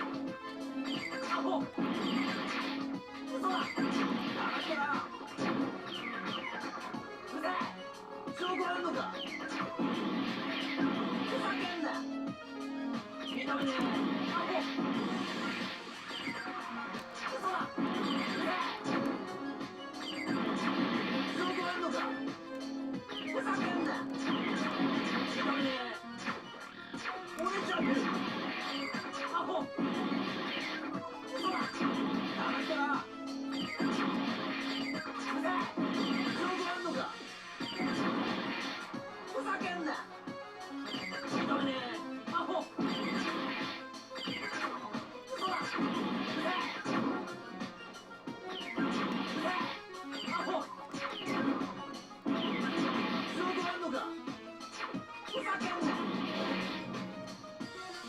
is hard, actually.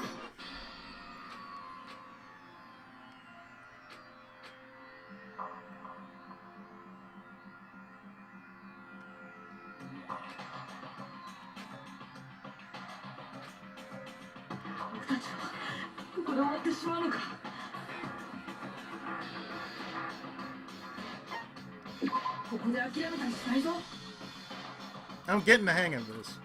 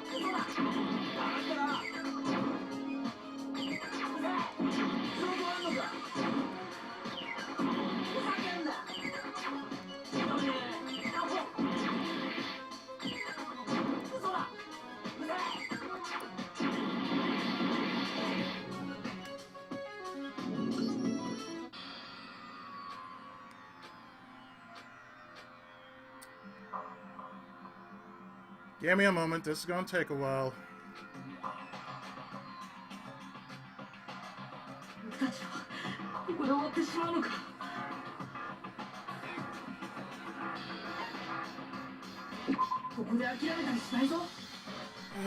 This is gonna take a while.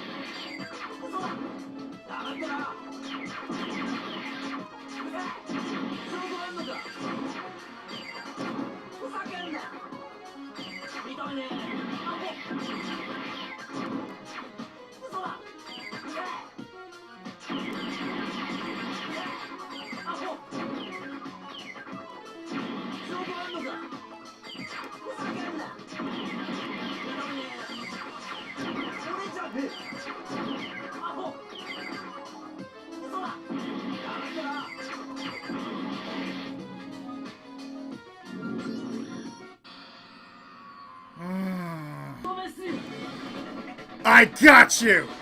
The toolkit! 現場のシャワールームのドアノブはネジが外されてたけどさ、犯人はそのネジを外す際どんな道具を使ったんだろうね。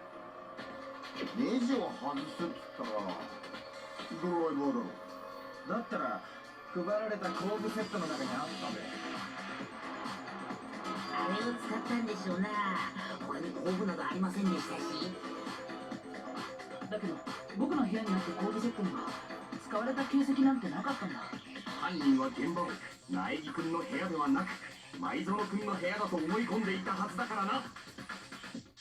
工具セットは男子だけに配られたものだから、その部屋にあるとは思えなかったんだもんね。だったら犯人が使ったのって誰の工具セットだったんだろうね。犯人は自分に配られた工具セットを使ったはずだ。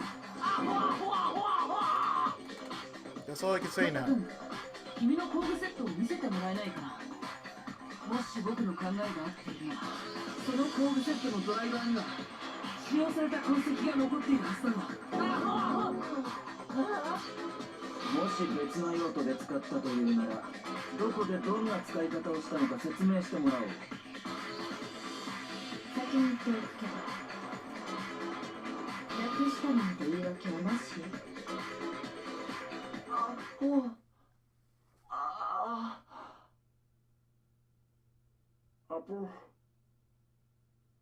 Took me a while to get it, but I 反 got it. 論はできないようだな。これで終わりのようですわね。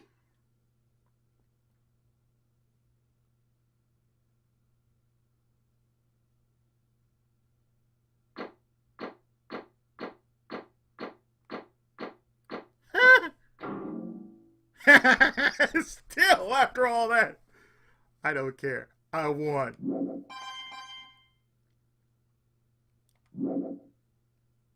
ぷぷぷぷぷ、理論の結論が出たみたいですね。ではそろそろ投票タイムといきましょうか。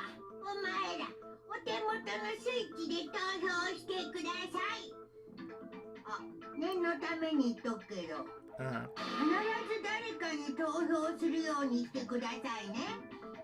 こんなつまらないことで罰を受けたくないでしょ。は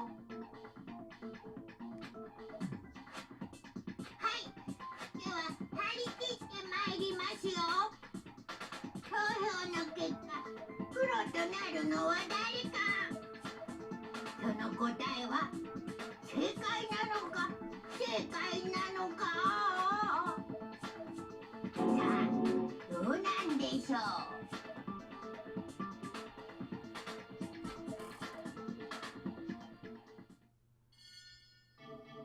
Who was found guilty? The Monokuma vote.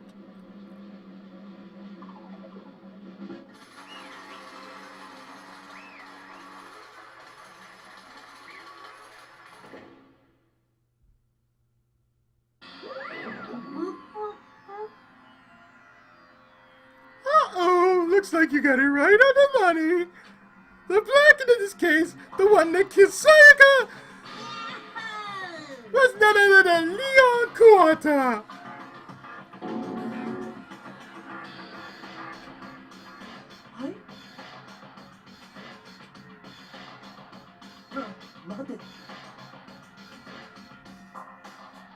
Bye, Leon.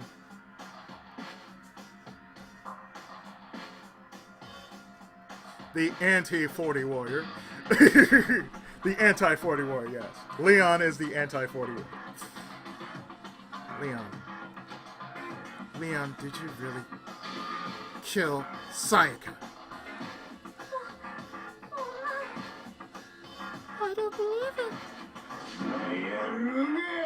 Son of a bitch! What the hell's wrong with you?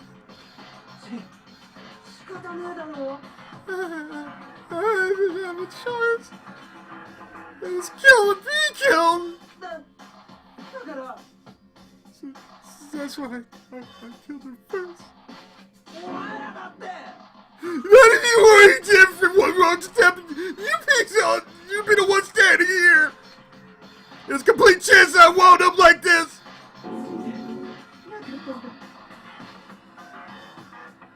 I just can't do it all.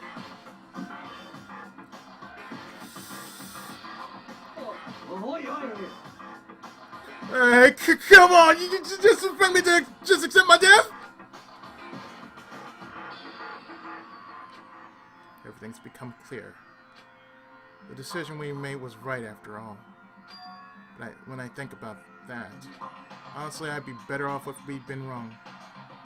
Because if what we came up really is the truth, and that truth is that Sayaka was trying to frame me. But even if that's true, I can't say she was wrong. After all, the mastermind, it's all because of that video. Even I couldn't handle what I saw in there. If I was her, and the video actually had something to do with me, I can't even imagine. Now that we're trapped here with no way out, they're probably waiting for me. I can't afford to be stuck in here! The one thing that was more important to her than anything else, her dreams, her friends. To have to see something like that happen to them? And Sayaka? 私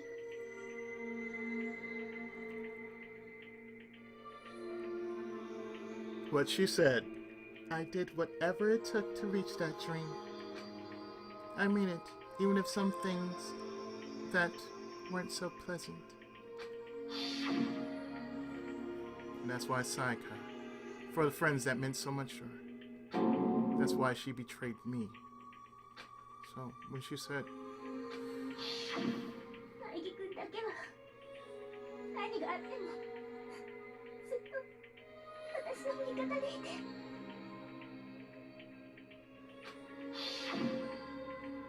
she was lying to me from the very beginning. She was using me. Is that why she talked to me in the first place? I guess I'll never know.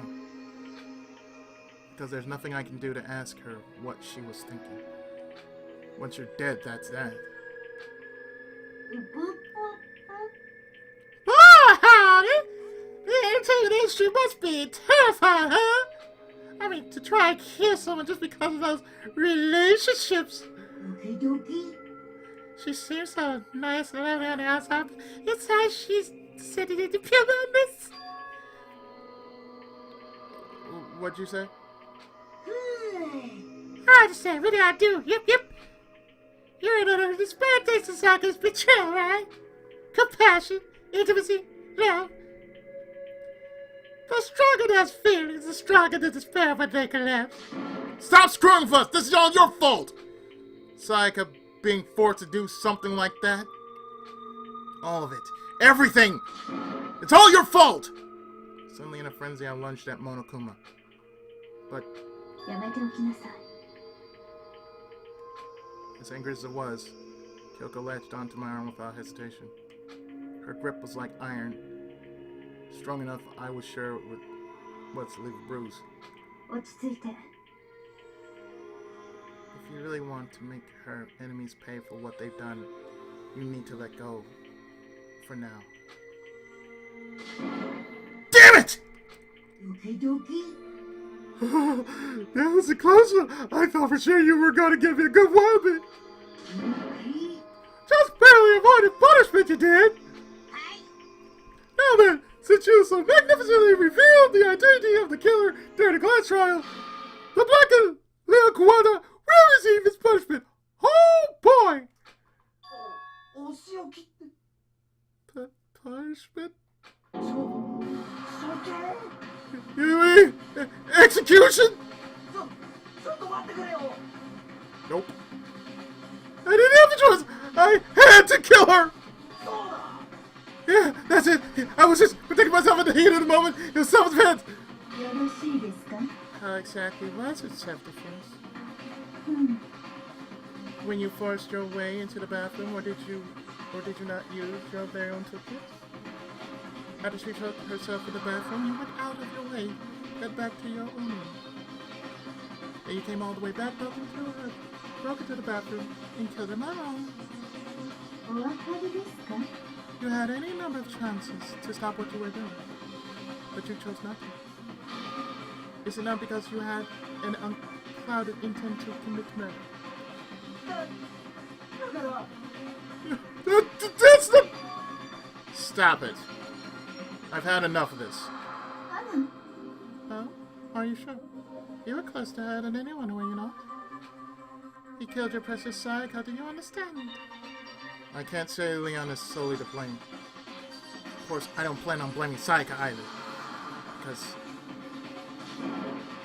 Because the one to blame is him! Ah? If it weren't for you, this never would have happened to Sayaka or Leon. We shouldn't be fighting each other. We should be fighting against the one who put us in this situation, the mastermind.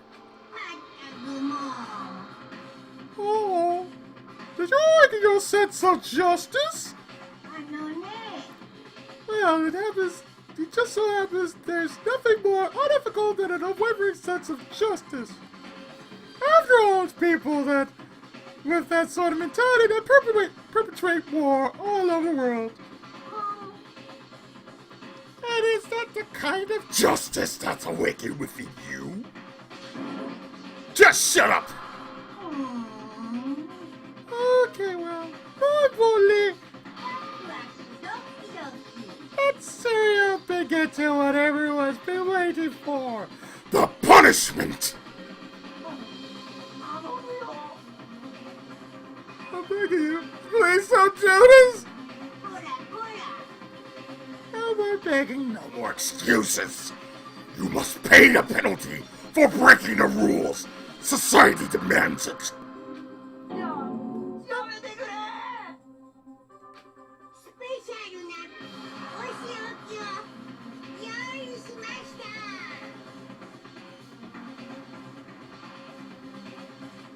やだやだやだやだやだやだやだでは張り切っていきましょうお仕置きタイム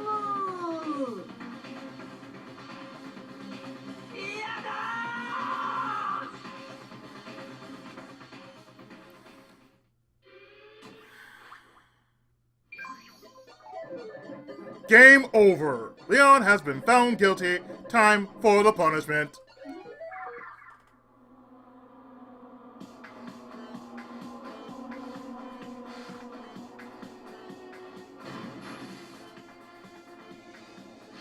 Oh, this is all sorts of wrong right here.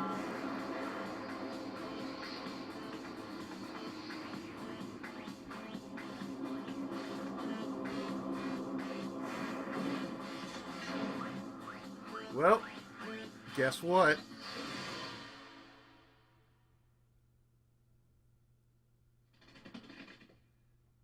Base is loaded.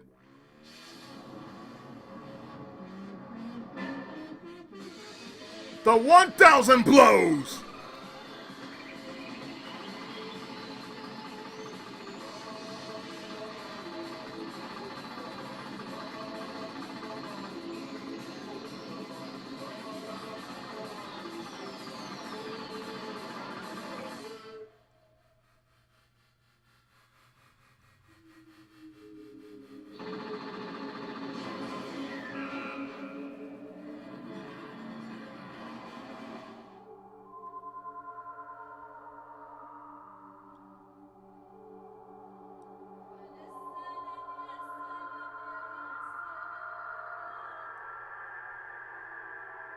He got beamed to death.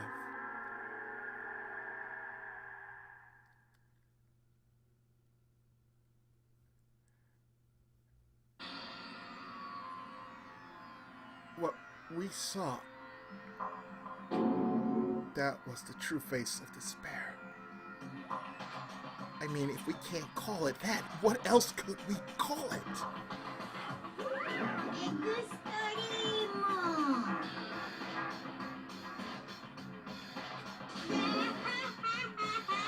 Man, my adrenaline is pumping right out of control!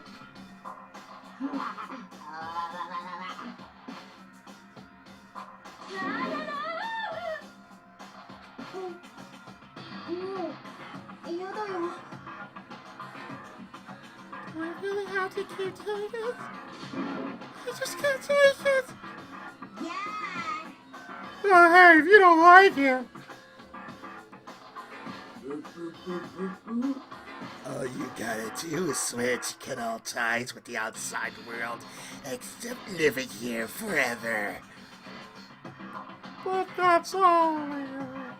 Every single one of you can get on board with that. Ho, ho, ho, ho.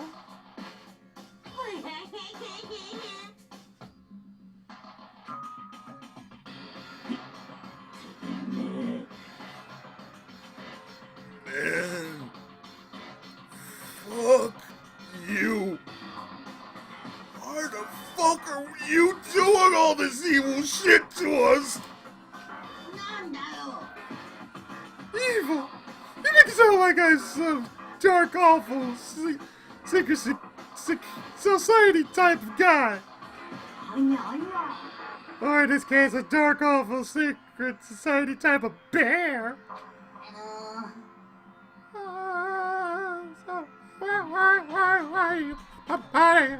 Stop it! That's citizen like me. Such a critical deal. It seems like you are trying to use common sense to make sense of something that doesn't make sense. That's like trying to put a mile on a scale. I just don't think it's possible. I don't think I just saying, but I say quite together. You piece of shit! I don't know who you are, but I'm gonna pound your ass to the ground! Careful, he might like that. You must really hate me to get so angry, huh? And if you do that, you're barking way up the wrong tree. What happened? Happened because more than one of you decided you want to get out, right? No matter how much time you pass, you can't come free of your regrets for the outside world. You're to blame. Of course, we can't free of the outside world because we're being trapped in the same place. You're trapped, are you? Well, I sure. You learn all the mysteries of the school. You'll think it will change for sure. You'll think, boy, isn't it so wonderful we all get to live here forever? What are you trying to say? I feel there's some deeper meaning hidden in there. Just like before.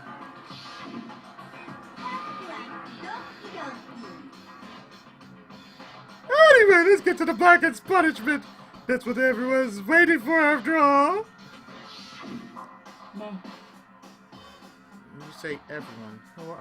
Who exactly are you referring to? Sorry, I've said everything I've got to say. I need to say something to fun for later.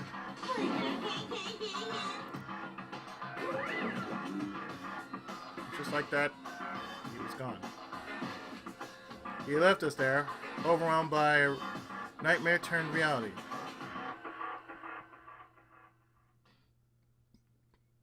Even after he was gone, we stood there forever, unable to move. Actually, no, it wasn't that long, I think. Everyone just lost their sense of time. We were all too scared. Scared of being alone.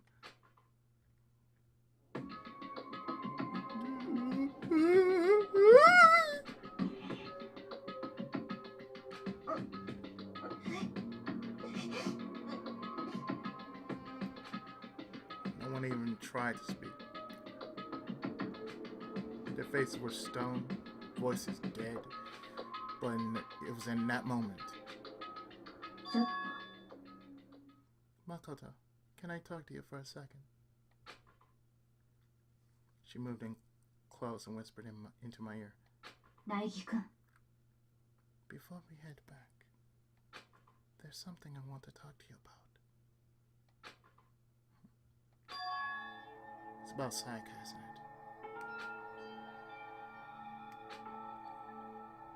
I'm surprised you figured it out. I told you before the class trial started.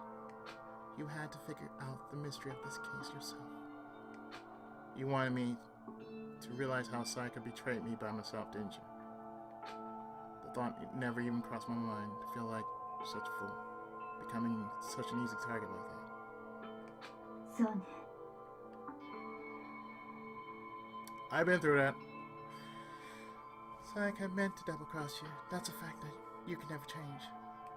But even till the very end, she wasn't sure of her decision, that's why. As she lay dying, she was thinking of you. She was thinking of me. You can't just say something like that. I mean, there's no way you can know that. Only Sayaka would know for sure, and we can't ask her now. even if you can't ask her, you can infer it, don't you think? Her final thought was how she could protect you. What? それは The fact that she used the last ounce of her energy to leave her dying message proves it. She didn't care what happened to you. She never would have left that message. Well, maybe she wanted to get back at the person who had killed her. 確かに Certainly one possibility. But I don't think that's what it was. とにかく She was uncertain. She wasn't sure if she could kill someone or deceive you. Which is why her plan failed. Her hesitation attracted failure. そう It's almost ironic when you think about it. Why are you telling me all this? Because you're the kind of person who can overcome this. Because you can move past the deaths of your friends Sayaka and Leon and keep moving forward. そう Without someone like that, the others will never be able to break free of such a desperate situation. Move past their deaths? That's... I could never do that. No. I'm going to carry them with me I'm going to carry them with me the rest of my life. How could I possibly move past something like that? Leon, Sayaka, I'll carry them with me forever. I'll carry the memories with me wherever I go. So instead of forgetting them, you're choosing the hard road. Well, I have high expectations for you. As she said that, she revealed the smallest smile. ね By the way, I have to admit, I'm curious. How did you know I wanted to talk to you about Sayaka? Oh. I'm psychic. Huh? Kidding. I just have pretty good intuition.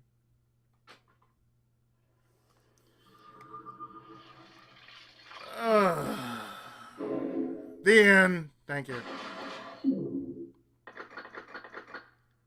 And then they're only 12.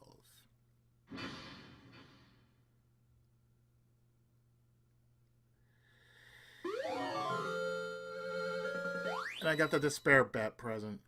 What the hell? What is the loneliest number? Yes, I am going to stop here. Oh, God, am I ever going to stop here? That was just painful. So, next time on Danganronpa, we will start up